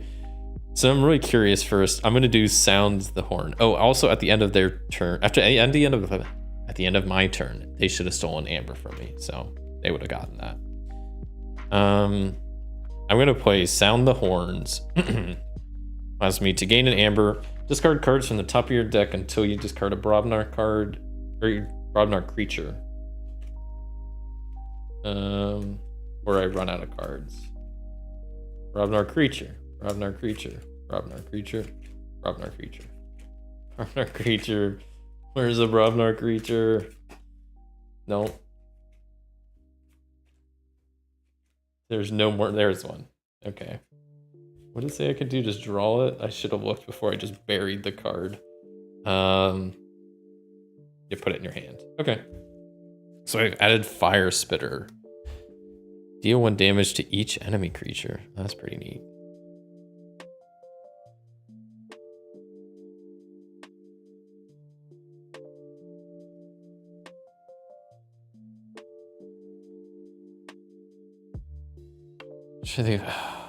Oh, and this is with a neighboring creature. That's unfortunate. I can't do my plan then. I was gonna have him attack and then ready up, but I can still do this. I'll have Headhunter attack this Echo Fly. Take that out and take 2 damage in return. That's fine. Also, they're no longer enraged, which is good, I guess. I'm not gonna reap with them, so. And then I can play a good old Gengar Chieftain. I mean, ready and fight with a neighboring creature. I'll do that with this Fire Spitter. 4 fight, deal 1 damage to each enemy creature. I'm just gonna attack the Grim Reaper, so it's I guess it will kind of matter, but not really. 1 damage to them. Or I could just, you know what, I'm actually gonna attack this thing. You know what, I'm not gonna attack the Grim Reaper, because they're not gonna do anything anyway. And they'll just take 1 damage in return. That's gonna be it. Wait, I used them. Also, I would have gained an amber because I fought. Well, that's not good. I have 2 amber, and they're gonna take both of them, and then they will have enough. Nothing I could do with this amber. Now I need 3 to kind of do the thing on the corridor. Yeah, they're exhausted. They're exhausted. Yeah, I'm just gonna ready everybody up. They're just gonna take some of my essence, which I never even put back after last game. Whoops. Forgot to do that. Not bad. So everybody readies, and then I draw 2 cards. Got another Mars card. And another Mars card. Look at that, 5 Mars cards. I'm going Mars next round, you betcha. Oh.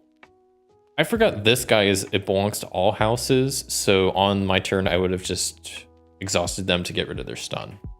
And then readied them back up. Okay, back to their turn.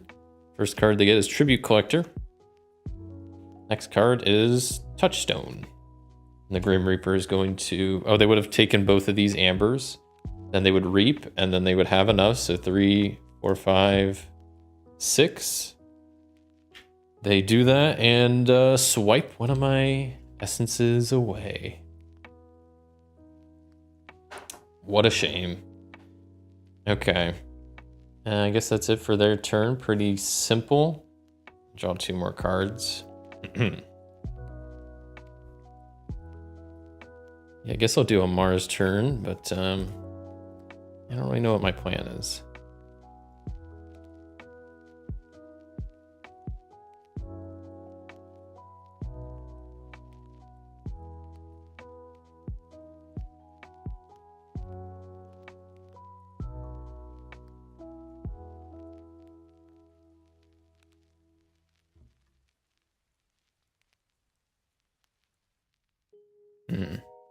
Wish there was a more way I had like to ping damage.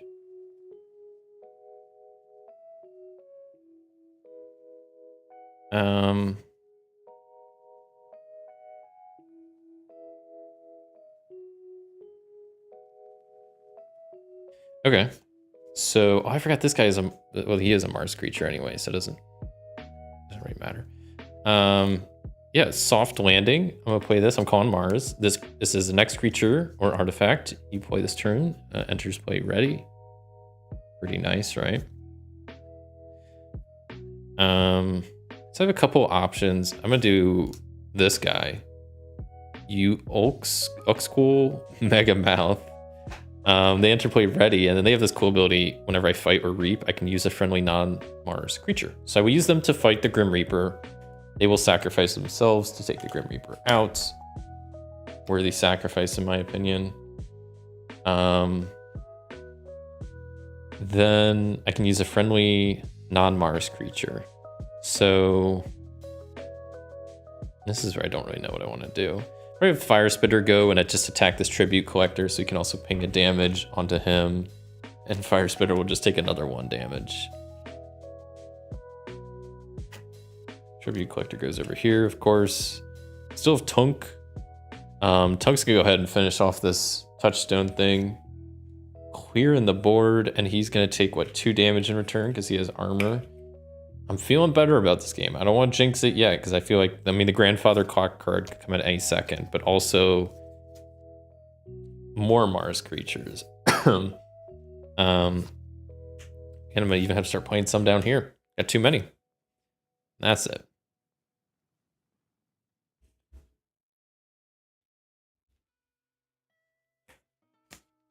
Two, three, 4, 5, 6.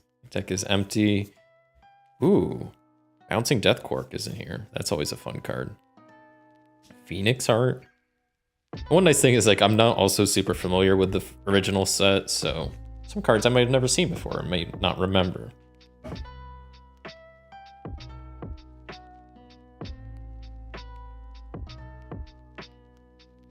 So even if I were to draw the It's Time card, I'm way more prepared in this game than I was last game, because last game I just didn't have enough power on the board to take out that clock. I could easily do that just with this one card, or Brobnar, or Mars, so like, I'm sitting okay. I am haunted, so if Return to Rebel comes up, I have to just pass on that card, but we'll see. There's the Grim Reaper, okay. Forgot he got sent back. Power supply, so barricades are more tough now. And never really gone. They gain an amber, and draw another card. Call of the Need, you ready and ward each robot creature. Annoying, but not the end of the world.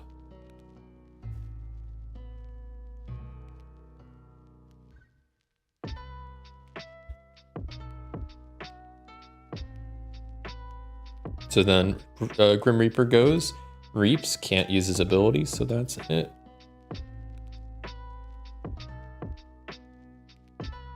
Okay.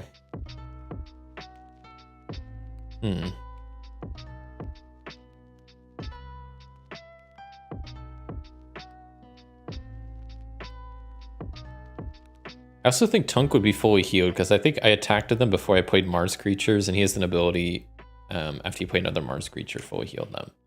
So they're probably healed up. Just want to make sure I'm keeping up on that.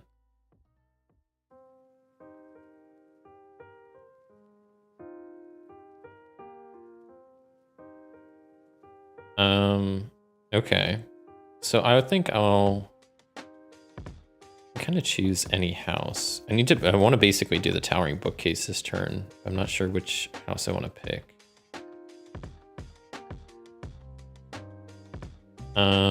Maybe I'll go Mars since I have so many Mars creatures.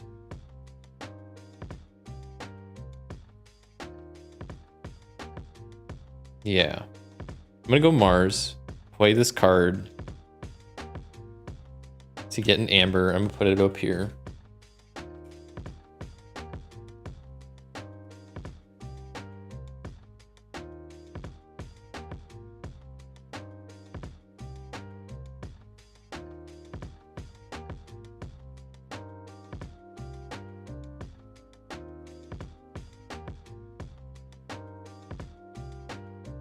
Sorry, I'm just thinking about how I want to do this.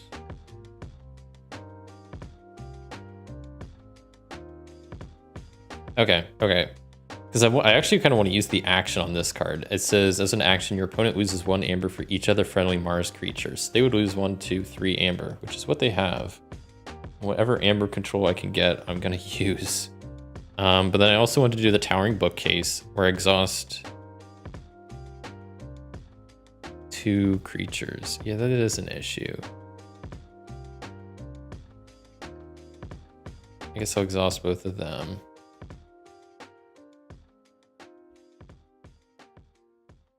And then have Tunk attack them, just kind of getting rid of the ward. Tunk would be taking 5 damage, though. Okay, and I did do the bookcase thing, right? I exhausted them and them, so I could flip this. Ooh, it's my first Dark Essence, Pog. Okay. So now they can actually steal some Essence, and I'm okay. Or I can choose to drain Essence, and then have them take the Dark Essence. But the thing with that, there is a caveat.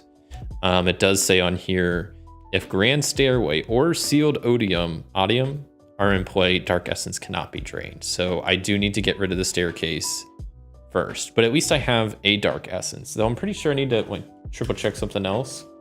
I'm pretty sure I can only have 1 Dark Essence at a time. I don't know what happens if I were to try to get another one, but I'm pretty sure that's a thing. Let me triple check though. I always like trying to make sure I play the rules as close as possible to being correct. Where's it talk about? Players need to find Dark Essence. I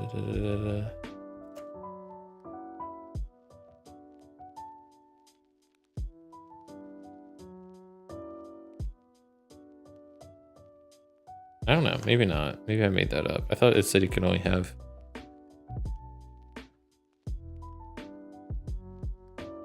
Oh, each player can only have 1 Dark Essence in their pool. Yeah, I was like, I know I read that at some point. I'm not just like making that up.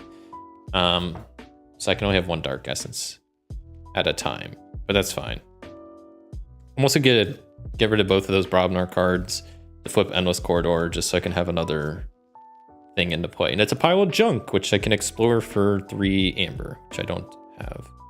And that's gonna be it for my Grand Mars turn. But man, Mars is one of my favorites. Honestly, some of the standard Mars cards like that Dominator, just so good.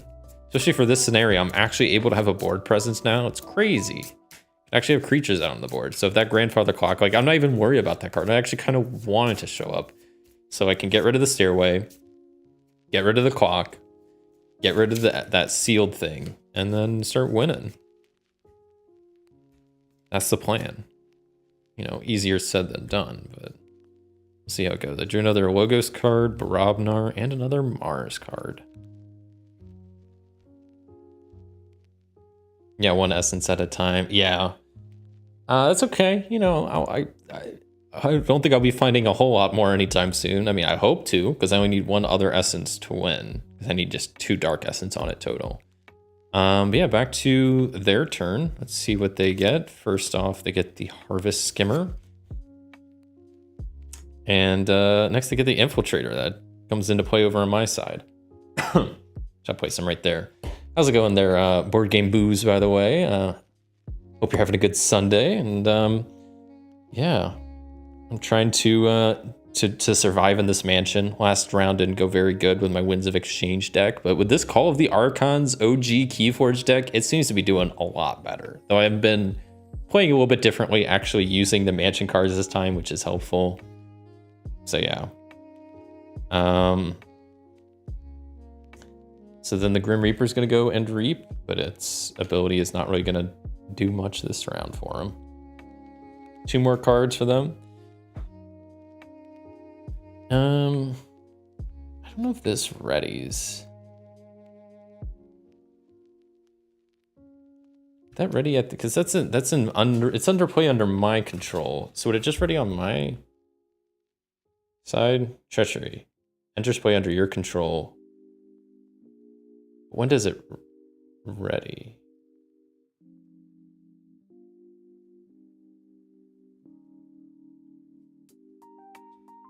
I don't know when it readies. Does it ready at the beginning of at the end of their turn, since it's their creature, or at the end of my turn, since it's on my battle line now? That's kind of weird. I don't know. We'll just leave it exhausted for now. So back to my turn. I do have a lot of Logos cards. Do have some Logos cards I can do stuff with.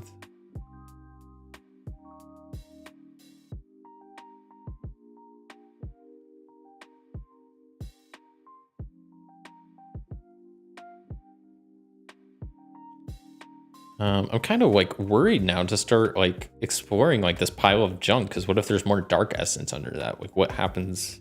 What happens then if I can't, like if I can only hold one? I don't know if it specifies that, but like.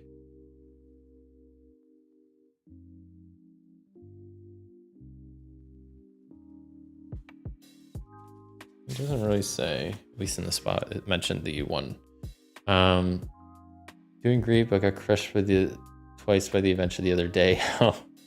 No, I feel that. When I played this, I've only played this like a time and a half before this stream, and the first time I played it, I went horribly because I triggered the Grand Stairway on purpose because I didn't realize it's not a great thing to do if you're not ready. And then my time after that went a little bit better, but not great. I just did a round previously to this when I just opened a sealed Winds of Exchange deck, and that didn't go too great because I wasn't really doing the mansion stuff. So I think that's my main problem, is I wasn't doing the mansion stuff as often as I should have been. But glad you're doing great. Thanks for popping by and watching me try to escape this mansion. Maybe I'll actually be able to do it this time. Who knows? Who knows? I'm getting closer with it. I just have a board. It's so nice having creatures out on the board. Like that makes me feel so much better about this scenario. Especially Brobnar and Mars, like those are two powerhouses of a house. I'm gonna go probably Logos, I think. I have Bouncing Death Cork. I should do that. That's a fun one.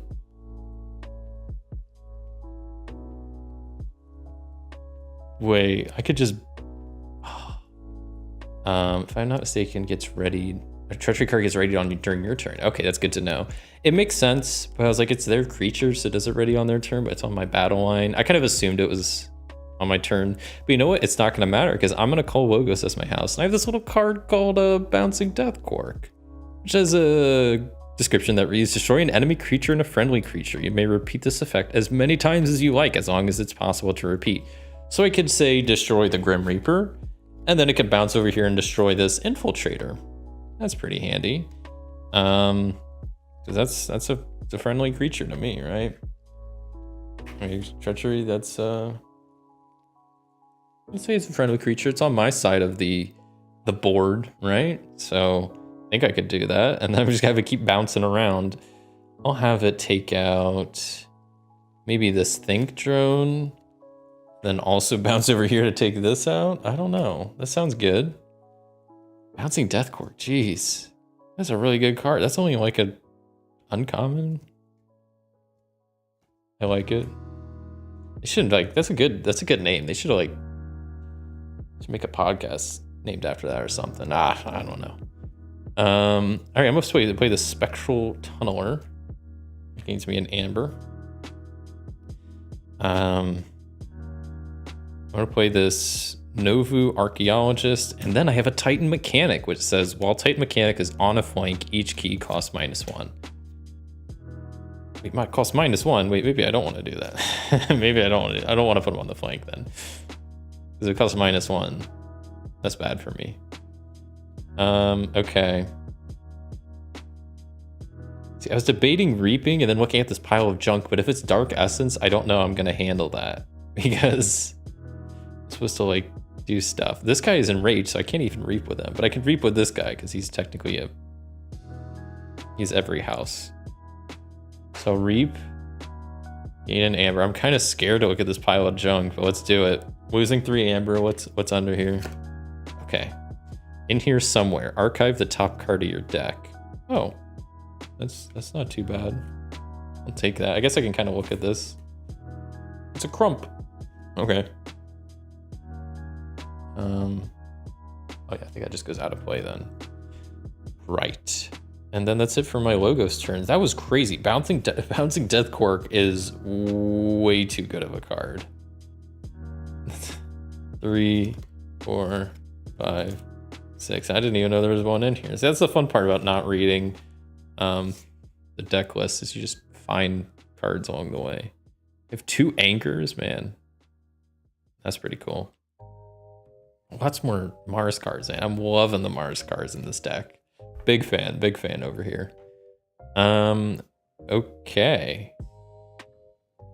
Maybe I should have done the Strange Passage instead. That would have been smarter.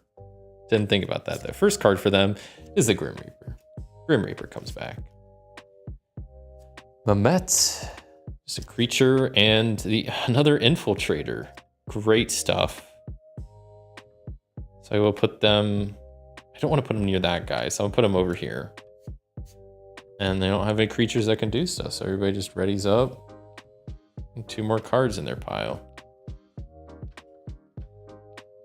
Cool. This guy's still exhausted for now. You find a way to kill them off.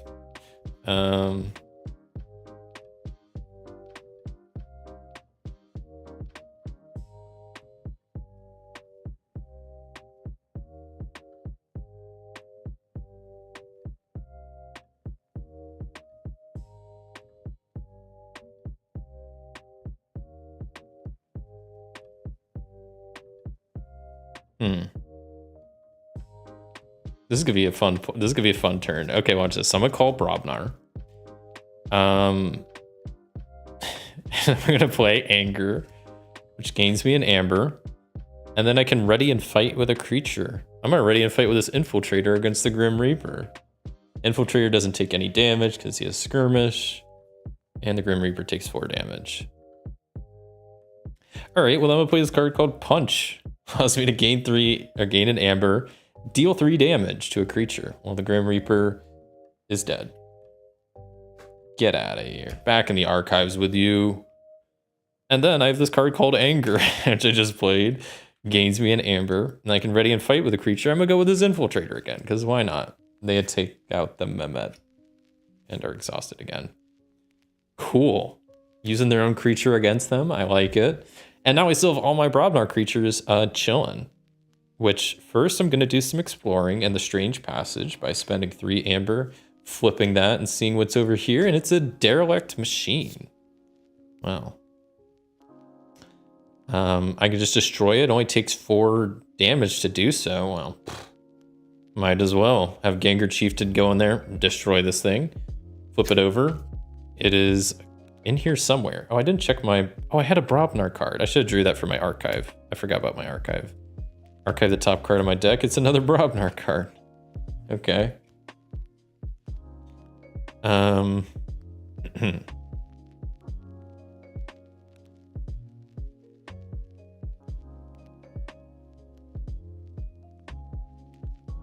So maybe I'll play this Grump way over there. I guess this would be the edge of my battle line. I'm going on to my like artifact line because there's just too many cards. It's a struggle. I still haven't used these 2 guys, and that's important. Right? Yeah, that is important. Because then I'm gonna discard Phase Shift, which I don't really want to, but this Mega Mouth to explore the Endless Corridor, grab another card. I'm gonna Reap with both of these guys. I'm just gonna take a gamble here. Gain 2 Amber, and then attach both of that Amber to them and enrage them both for this puzzle to enrage 2 creatures and spend 2 Amber. Okay, it says if you have another Dark Essence in your pool, flip Dark Essence. Shoot. So wait, do I should do that again if I already did it once? I already have Dark Essence, but I know that's another Dark Essence right there. Double Treachery, don't forget their end of the round abilities. What do you mean end of the round abilities? Have I been forgetting something?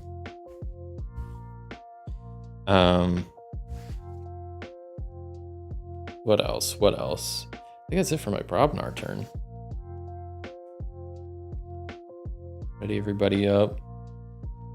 They would steal Amber, but I don't have any Amber to steal. Infiltrator takes out my Archaeologist.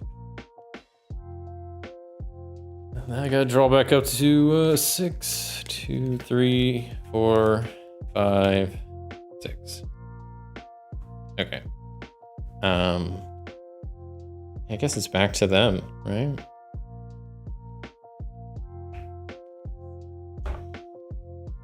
Okay. First card, oh, is the Grim Reaper. Who would have guessed? I would have guessed. Next card, never really gone. Just like that card is never really gone. Another card underneath. Come on, give me like the rubble card or something. This is what I want to see. Destroy each of your creatures with amber on it. Well, I don't want that. But the thing, it says you may drain 1 essence instead. Oh, shoot. I do want that, but the issue is I still can't I still can't have them suck up the dark essence because the Grand Stairway is here. I forgot about that. Because I have to go up down the stairway or up the stairway, break all the clocks first. And then the dark essence can be... Oh, I forgot about that. I can still have to take one of my essence. It's only grabbed 1 so far. Because if not, 3 of my creatures would go down, which isn't bad, but it's not ideal.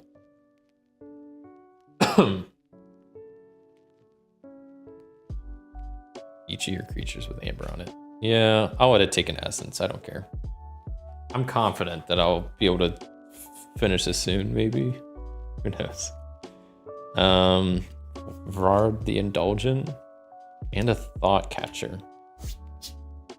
Okay, well that's it for them.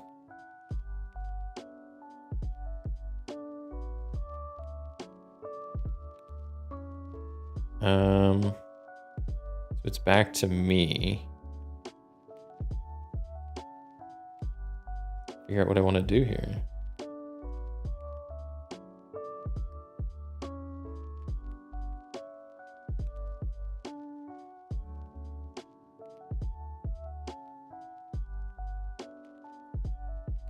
Oh man, I have some wicked combos here.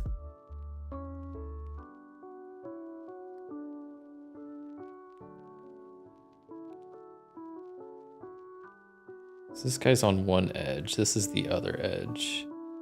So I'm going to play Soft Landing. So the next creature artifact enters play ready. I have another Tunk. This guy's awesome. This is when that guy heals up this Tunk by entering play. And then I have this card called Hypnotic Command. For each friendly Mars creature, which I have 1, 2, 3, 4. Choose an enemy creature to capture 1 amber from their own side. So I'll have the Thought Catcher do it. Why not? Sure. Play that.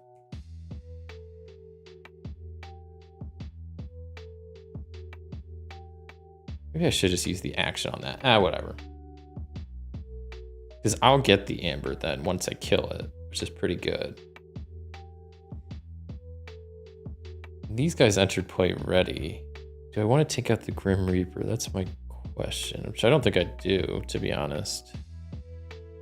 I'm going to have the Tunk attack the Thought Catcher. So it's going to take 3 damage, take them out, and then I get the amber.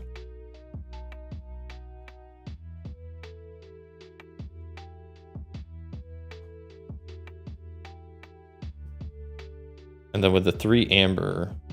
Am I haunted? I think I am haunted. 1, 2, 3, 4, 5, 6, 7, 8, 9, 10. I am barely haunted.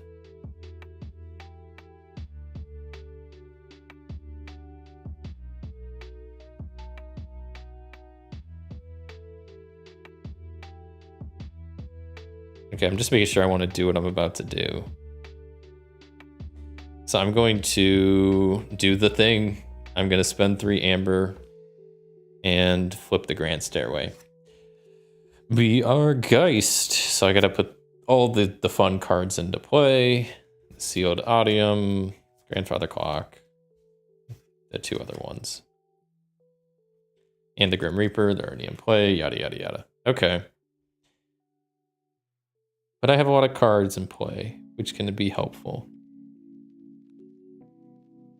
I mean, first off, I can have my Zixel Dominator just destroy the Grandfather Clock in 1 turn. It's done. They're not drawing extra cards. Not this time. This becomes a 5/4. That's gonna be tough to beat. I mean, I could take that out right away if I wanted to, but I don't know if it's worth it. These 2 clocks I'm not as worried about. I just want to also destroy this thing so I can start having it take my dark amber. I can't do that this turn. I technically could with this and this. Maybe I would. I don't know. I've never done it. I've yet to get to the part where I destroy this thing. So maybe I should just see what happens.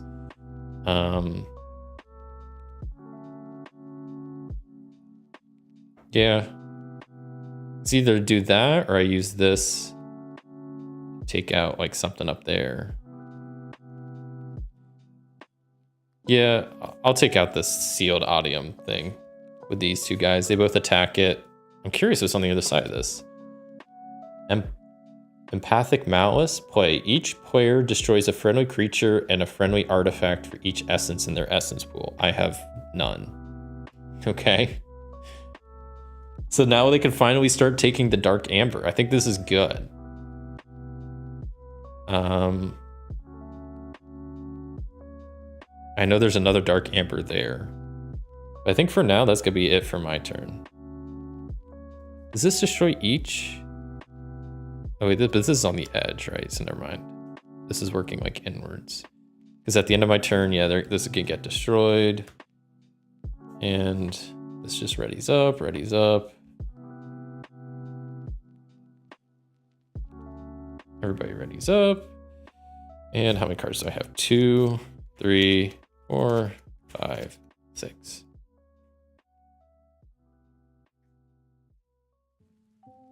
I drew way too many. Wait, 1, 2, 3, 4, 5, 6. I drew one too many cards. I'm just gonna randomly take one out and put it on the bottom of my deck or something. I'm not too worried about it. Okay, so I got 4 logos and 2 Brobnar. Back to their turn. I never did the thing to put cards over here. Yeah, okay. Let's hope one of them has a drain essence option, because that'd be nice. Harvest Skimmer, okay, not what I was looking for. And a Harvest Skimmer, not what I was looking for. So the Grim Reaper is gonna go. Reaps, doesn't have its ability. So this guy has Prey, the most powerful creature. You sure about that, buddy? Before fight, capture 1 amber from the Gormengeists pool. Gormengeists. It fights the most powerful creature, just my Dominator dude over there. So they're gonna take 4 damage, and then this dude's just dead. That's what you get for picking a fight with a giant alien thing. He's all scoot down. I guess that's all they're doing, as everybody else just readies up. Man, they really didn't try to take my... Now I want them to take my essence, and they're not doing it. I've, like, prepped everything. Whatever.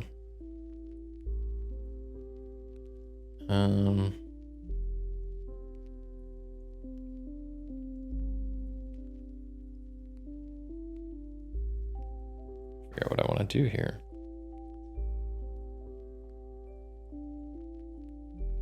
I kind of want to use Brobnar, but I don't know the best way to do this.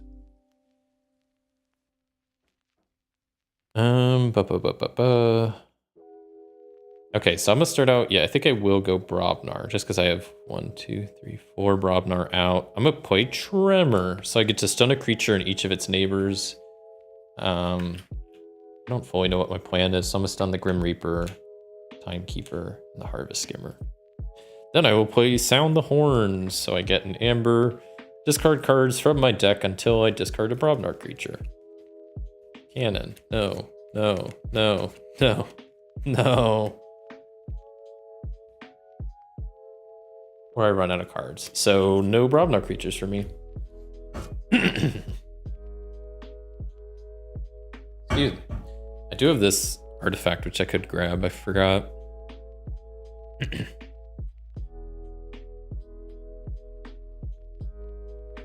Okay.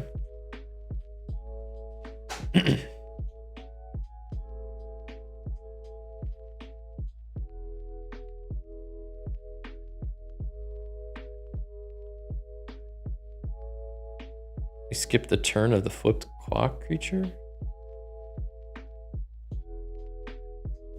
Wait, you skipped the turn of the flipped clock creature? What do you mean? Because I put him up there when I destroyed it.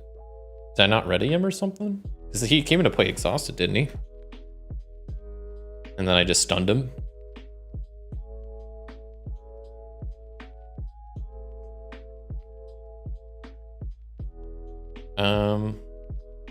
Let's see, I still got this guy. Maybe I'll use this guy to attack this non-stop arm. So we get that thing to shut up. See what's going on about the back of this. TikTok. Oh boy, TikTok. It's a 3 power, 4 armor. TikTok has +1 power for each power time counter on it. Oh jeez. Okay, I don't have anything that could do like 7.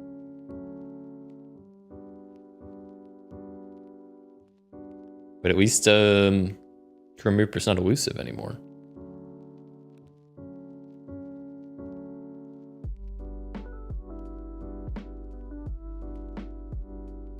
Anybody not deal? Okay, this is gonna be tough. This guy's gonna die.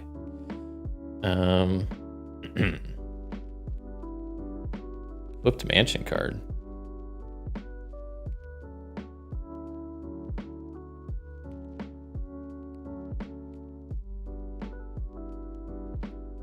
Oh, do they? Oh. Well, then I could just put a time counter on it, whatever the heck that means. Right. Unlike adventure cards. Oh. I kind of forgot they're 2 different things because they very much seem similar. Good catch then. Okay. Yeah. So then it would have a time counter on it. That means they also would have reaped on their turn. Cool.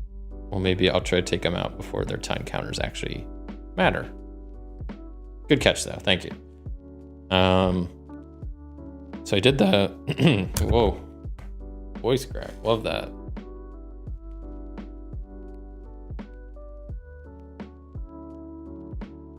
I don't know why I'm like losing my voice right now, but I'm trying to figure out my plan. My plan is not. I'm gonna have Tunk attack this TikTok thing. It's gonna do away the armor and do 2 damage to it. The second one on the battle line. Yeah, I gotcha. Good old ancestral timekeeper. Yeah, and I put an amber, or maybe I should put some other counter on. I put amber on it for the counter. Maybe that's a bad idea. Put like just a +1 for the time counters. So then that has 2 damage to it. So then I'm gonna have the fire spitter attack one of the harvest skimmers. They'll both destroy each other. This also does 1 damage to all enemies. He's gonna die anyway. So he would do a damage to you. No damage to you. Well, I guess he would do a damage to at least to the armor. And then we would take out the TikTok one, which is good. I don't want to deal with too many of these guys right now. Oh wait, would this guy come to play ready too? I guess it wouldn't have mattered. He probably would have came into play ready also. Whoops. Oh yeah, my fire spitter guy's dead. He would get that amber. They're dead because I just used them to attack. Oh, and this is the guy I destroyed, so they should be. Yeah, did I put that? Where did I put the TikTok over there? Okay.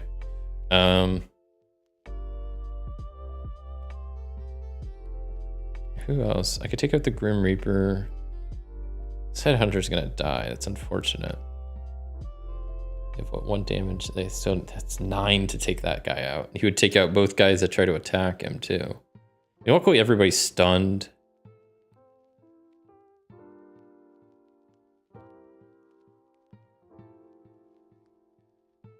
So maybe I'll just.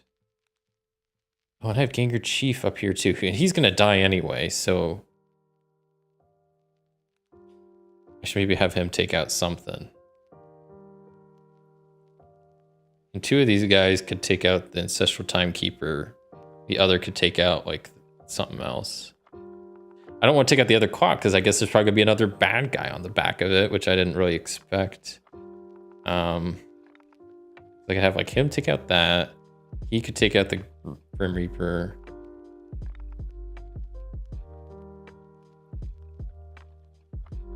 Right. Did I re-attack with this guy this round? I'm pretty sure I did. Maybe I didn't, because if I didn't, that's huge if I didn't.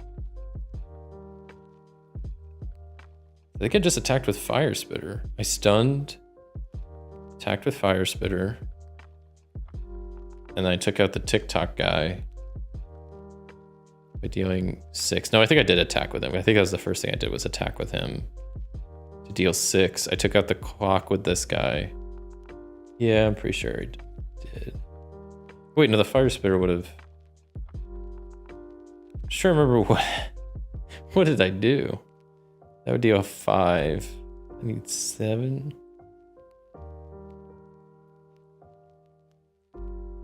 I don't know. I think I already did use this guy. I don't remember really. I'm just gonna assume I did. Because I was thinking I already did. I want to take out this clock, but I don't. I want to take out the Grim Reaper, but I don't because he's just gonna come back. He's already stunned, so it's like I feel like I don't need to kill off any of my guys to worry about this. At the same time with this guy, like the longer he's in play, he's just gonna keep killing all the guys in my battle line. I have no repercussion. Nothing.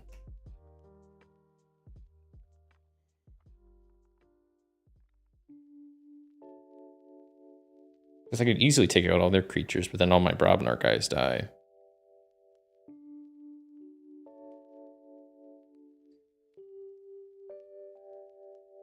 I feel like, you know what? I'm gonna have Gengar Chieftain attack the Timekeeper and my Headhunter attack the Timekeeper.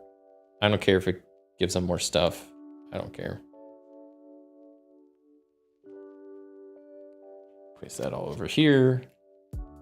So then this thing is dead.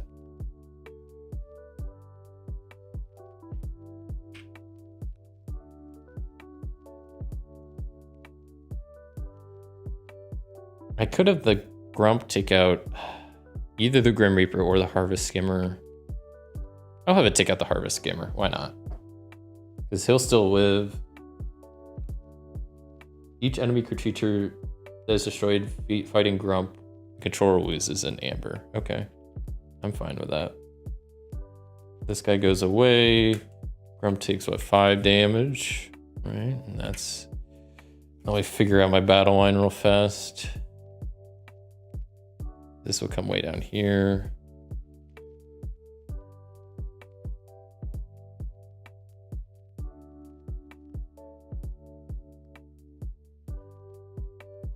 Just trying to re-scoot things around real fast. Bam, bam, up there. Because then this guy's gonna ready, but then also destroy this guy. So they get the Amber. That goes there. This guy's destroyed. Then I need to draw a card, so I need to shuffle real fast. It's always something.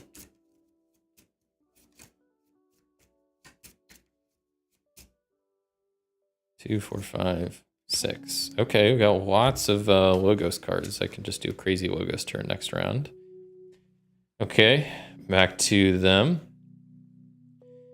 Here we go. Return to rubble. If I am haunted, I am not, so it doesn't matter.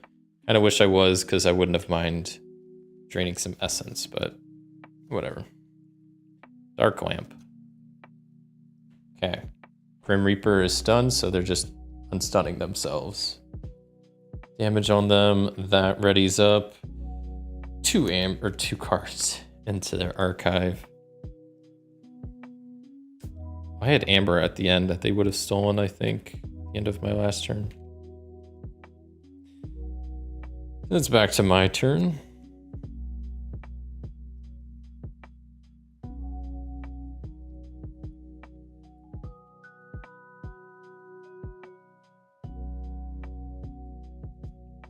Okay. Library access. For the remainder of your turn, each time you play another card, draw a card. I'm gonna kind of keep that out.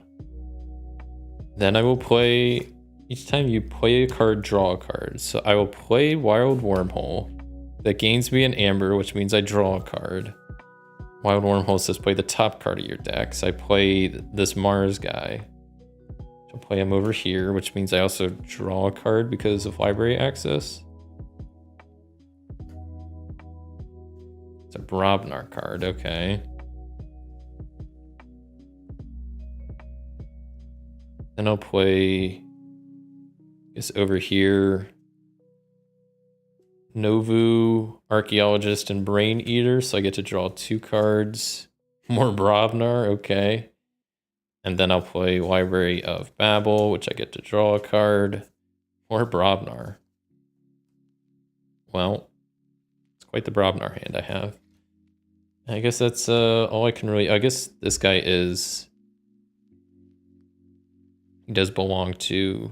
What's it called? The current house. And can... The Logos, so he could do his Logos stuff. Which he's gonna die at the end of this turn anyway, so I might as well have him attack Dark Lamp. Dark Lamp dies. He takes 3 damage, but he's gonna die at the end of this turn anyway, so... I guess I could have had the Infiltrator attack him. It wouldn't have made a difference. Wouldn't have made a difference. The Infiltrator takes another one down. He's about to take down my Dominator if no one else does something.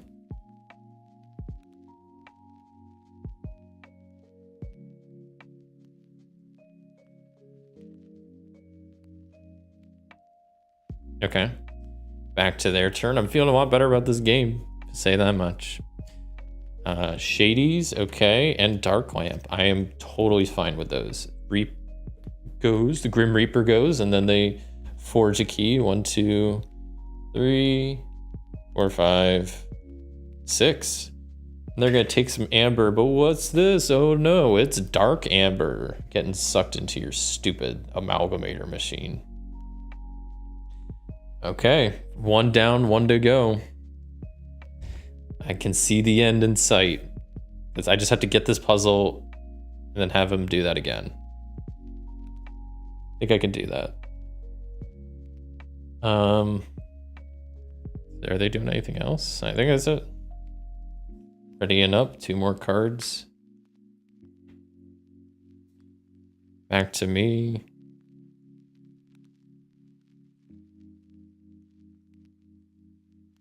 Nice, yeah, thank you. I'm getting lucky, but also I'm slowly understanding how to play this scenario. Yeah, I think just my first play earlier today, I just highly was ignoring these mansion cards, which is not good. But also, I mean, I gotta say, for this being a Call the Archons deck, like sometimes you have good decks, sometimes you have bad decks. This one seems good. Like the Brobnar is good, the Mars is good, the Logos is decent. Like, so far, I don't know. I'm liking this deck. I've been the one we played earlier. I didn't mind. This one's pretty cool. Got some good Brobnar stuff, which I like some fun Brobnar. And Mars is like I think my favorite house. So, yeah. So is it back to me now? It can't be. It's impossible.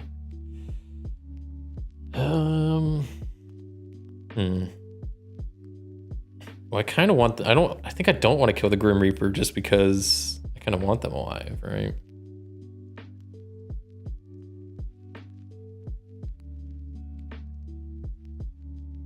So I'm going to have Grump here kill Shadies. And Grump will die. I'm going to choose Brobnar. I don't know if that was obvious, but I'm choosing Brobnar as my active house. And then I will scoot these guys down. Start playing some other guys. Well, first I'm gonna use the Infiltrator to attack the Dark Lamp, kill them.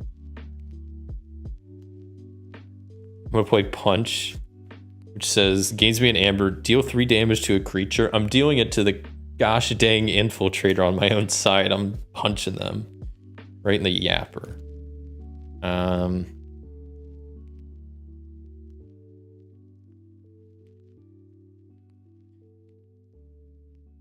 I guess I'll attach this Phoenix Heart to this Disintegrator card because that's pretty good. Play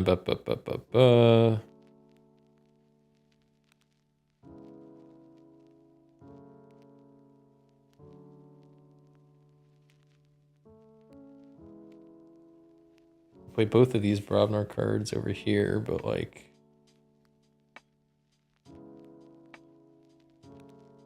Anger, I can fight and ready. I can ready and fight with a creature.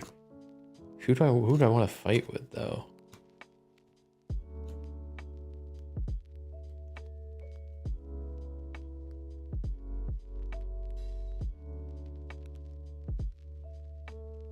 At this point, I don't know.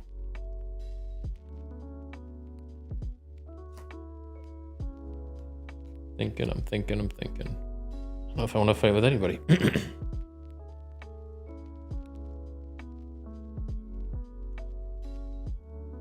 Maybe I'll see what's behind this last clock. I'll ready and fight with Tunk here, maybe. Gain an amber. Let's see what's behind this last clock. Destroy this. What's on the back? Chronometer. 4 power, 4 shield. Okay. What else do I want to do? I was gonna lose 3 amber, so no, I'm gonna do the puzzle. Enrage 2 creatures, and then each of them would gain. We'll just do both of my Robnar creatures. They both gain an amber. And I can flip the unsolvable puzzle, which I know is some dark amber that's back in my pool. End of my turn, they capture some amber. I think I might win in the next turn or two. Infiltrator takes out my Dominator, which is a shame. Kind of rude if you ask me. But the nice thing is I do have this upgrade on the Dominator. Biomatrix Backup. Destroyed. Put this creature into its owner's archive. Neat. I don't have to lose one of my favorite Mars cards. I guess I draw back up to 6. Also 2, 3, 4, 5, 6. Great. Back to them. I don't think there's much time left for this Gormengeist and this Amalgamator. Junk Restoration. They gain an amber. They draw a card. Fully heal each robot. Done and done. Next card. Webster. Taunt. 8 power. Spawns to the immediate right of the Grim Reaper. Another Junk Restoration. That's perfect. Did I just win? Draw another card. Spontaneous Awakening. They gain another amber. I think I just won. I don't know for sure. Spawn the topmost creature. It's ready. Yada, yada, yada. Whatever. Right? Because the Grim Reaper would do its ability. It reaps.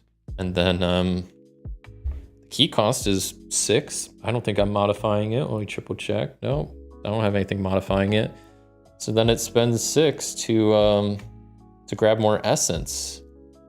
But you know, it's the funniest thing. It's taken my essence, but I have this thing called Dark Essence over here that it can just go ahead and suck that up. And with that's 2 Dark Essence on this thing, and let's see, we need equal to the number of players plus 1. Well, I think that's 2. So I think I can call that a win. Flip this over and see what's on the back. Read the appropriate conclusion. I mean, it has 2 Dark Essence attached to it.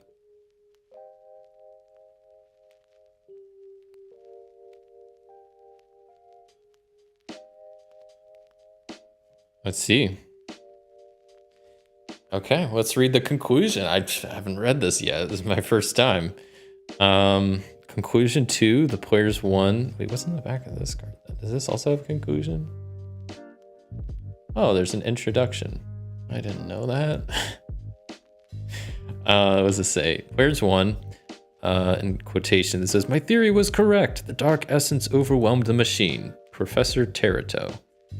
And it reads, "A surge of dark energy rushes into the Amalgamator, and suddenly the music stops. Moments later, the floor of the audium collapses, all within purge into a gracious ruin.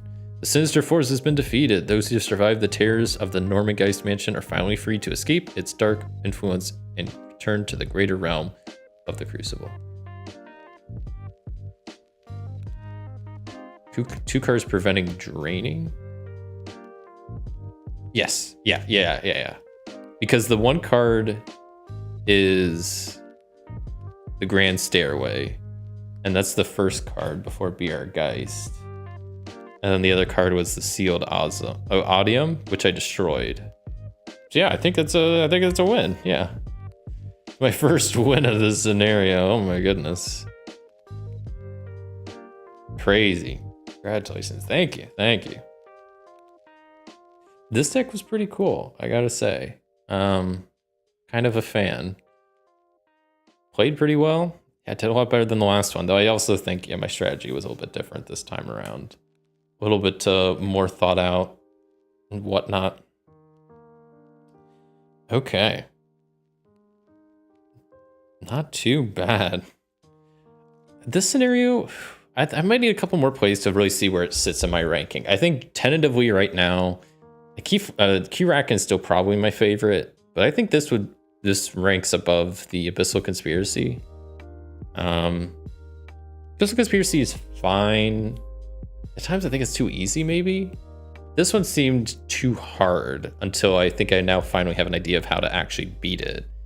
The deck also seemed just decent. It had a lot of board control and stuff, a lot of amber, not a lot of amber control, but I mean, even this like Disintegrator card was really good. I had a couple other really good cards in there, so not too bad overall. I'm happy at least got a win in. Yeah. Cool. Well, I don't think I'm gonna have time for another game because it'll probably take you at least probably close to another hour. And I've done over 3-hour streams, but no, I think I'll keep this one a little bit shorter. But I'm just happy I got a win in. Yeah, it would suck just losing both games. And maybe I'll try a Mass Mutations deck another time. I mean, this scenario is really fun. Yeah, I'm definitely gonna play it again in the future. Maybe I'll do a stream or another video. Maybe I'll try an alliance deck against this, kind of like I did with some of the other adventures, and see how maybe I could try to make a custom like alliance deck that could maybe do well against the mansion. I don't know. That would be kind of cool. But I enjoyed this now that I have a better understanding of it, and think I'm definitely gonna play more in the future, and hopefully I'll do better. But you know what? We got one win in. I'm not too upset about that. But yeah, I guess I'll kind of start wrapping stuff up here. Call this stream a little bit shorter, which cool with. So let me switch over to the just chatting. And I'll just chat for a bit, mainly in the typical fashion of what I've been doing with my previous live streams. I'll do a little teaser for what's upcoming this week on my channel. So got some really fun stuff coming up, I think. Tuesday, I will be doing another game that you could play with just a standard 52 deck of cards. And it is a trick-taking game, which I love me some trick-taking games. I played the Emissary before, which I really enjoyed, and that's now basically for Northwood, which I think is really a great game. So I'm playing this other one. It's a trick-taking game. It's a trick-taking game, but it's an interesting, unique game. It has really cool design. I've had a lot of fun playing it, so I'm looking forward to that. So Tuesday, that's coming up. On Thursday, starting my new playthrough series, where I put a poll out on my channel to see what should I play, and you all voted RPG. And I did another poll, Wood RPG, and the vote came back Fallout. So I'm gonna be doing a Fallout RPG playthrough series of just the solo tabletop RPG with Mythic, and seeing how that goes. So that's gonna be starting up on Thursday. I'm gonna do the first video of that. I'm not 100% sure how many I'm gonna do, at least 4, I'm thinking 8, we'll see. And then next week, I'm gonna be streaming. I'm gonna be doing, since it's the first of the month, I'm doing an RPG playthrough, and I'm gonna be playing this little RPG you may or may not have heard of called Ironsworn. Ironsworn is a really big RPG out there, and I've played kind of the sequel game Starforged on my channel a couple times, but I haven't played the original, and I thought, you know what? It's time. I'm gonna play the original. So I've been I've been reading kind of for the first time. I briefly read Ironsworn before, but I hadn't played it. But now I've been actually reading through it. So that's what I'm going to be playing next week, is some Ironsworn. And I'm going to add in a couple extra supplements. There's one specifically that I want to try with Ironsworn that I've heard good things about. I'm not playing with the Delve expansion. I've heard good things about that, but that's just, it's a thick expansion. There's like a lot of pages to it. So I'm gonna save that for another time, but there is a little cool supplement, extra tool, I guess I could say, that I'll be using when I play Ironsworn. So that's what's upcoming this week. Is Tuesday, new card game that's going to be a solo trick-taking game. They can play with just a 52 deck of cards. Thursday will be my full-out RPG playthrough, first video. I'm gonna just, I'm planning on just continuing my adventure before that I did in the live stream, but I'll give like a brief recap at the beginning of it. And then yeah, next Sunday, next stream, be an RPG playthrough where I play some Ironsworn. So should be fun. Looking forward to it. Lots of cool stuff coming up this week, and kind of down the line, I have some other pretty cool videos, I think, coming up here soon. So I'm looking forward to that. But that's gonna do it for this stream. So thank you all so much for watching, and everybody that stopped by, watched live, and was in the chat hanging out. Really appreciate it. Always makes it a lot more fun having people to talk with and help point out rules mistakes or make suggestions. It's always a good time. So thank you all so much for watching. If you enjoyed this stream, a like would be greatly appreciated as always. And until next time, I'll see you.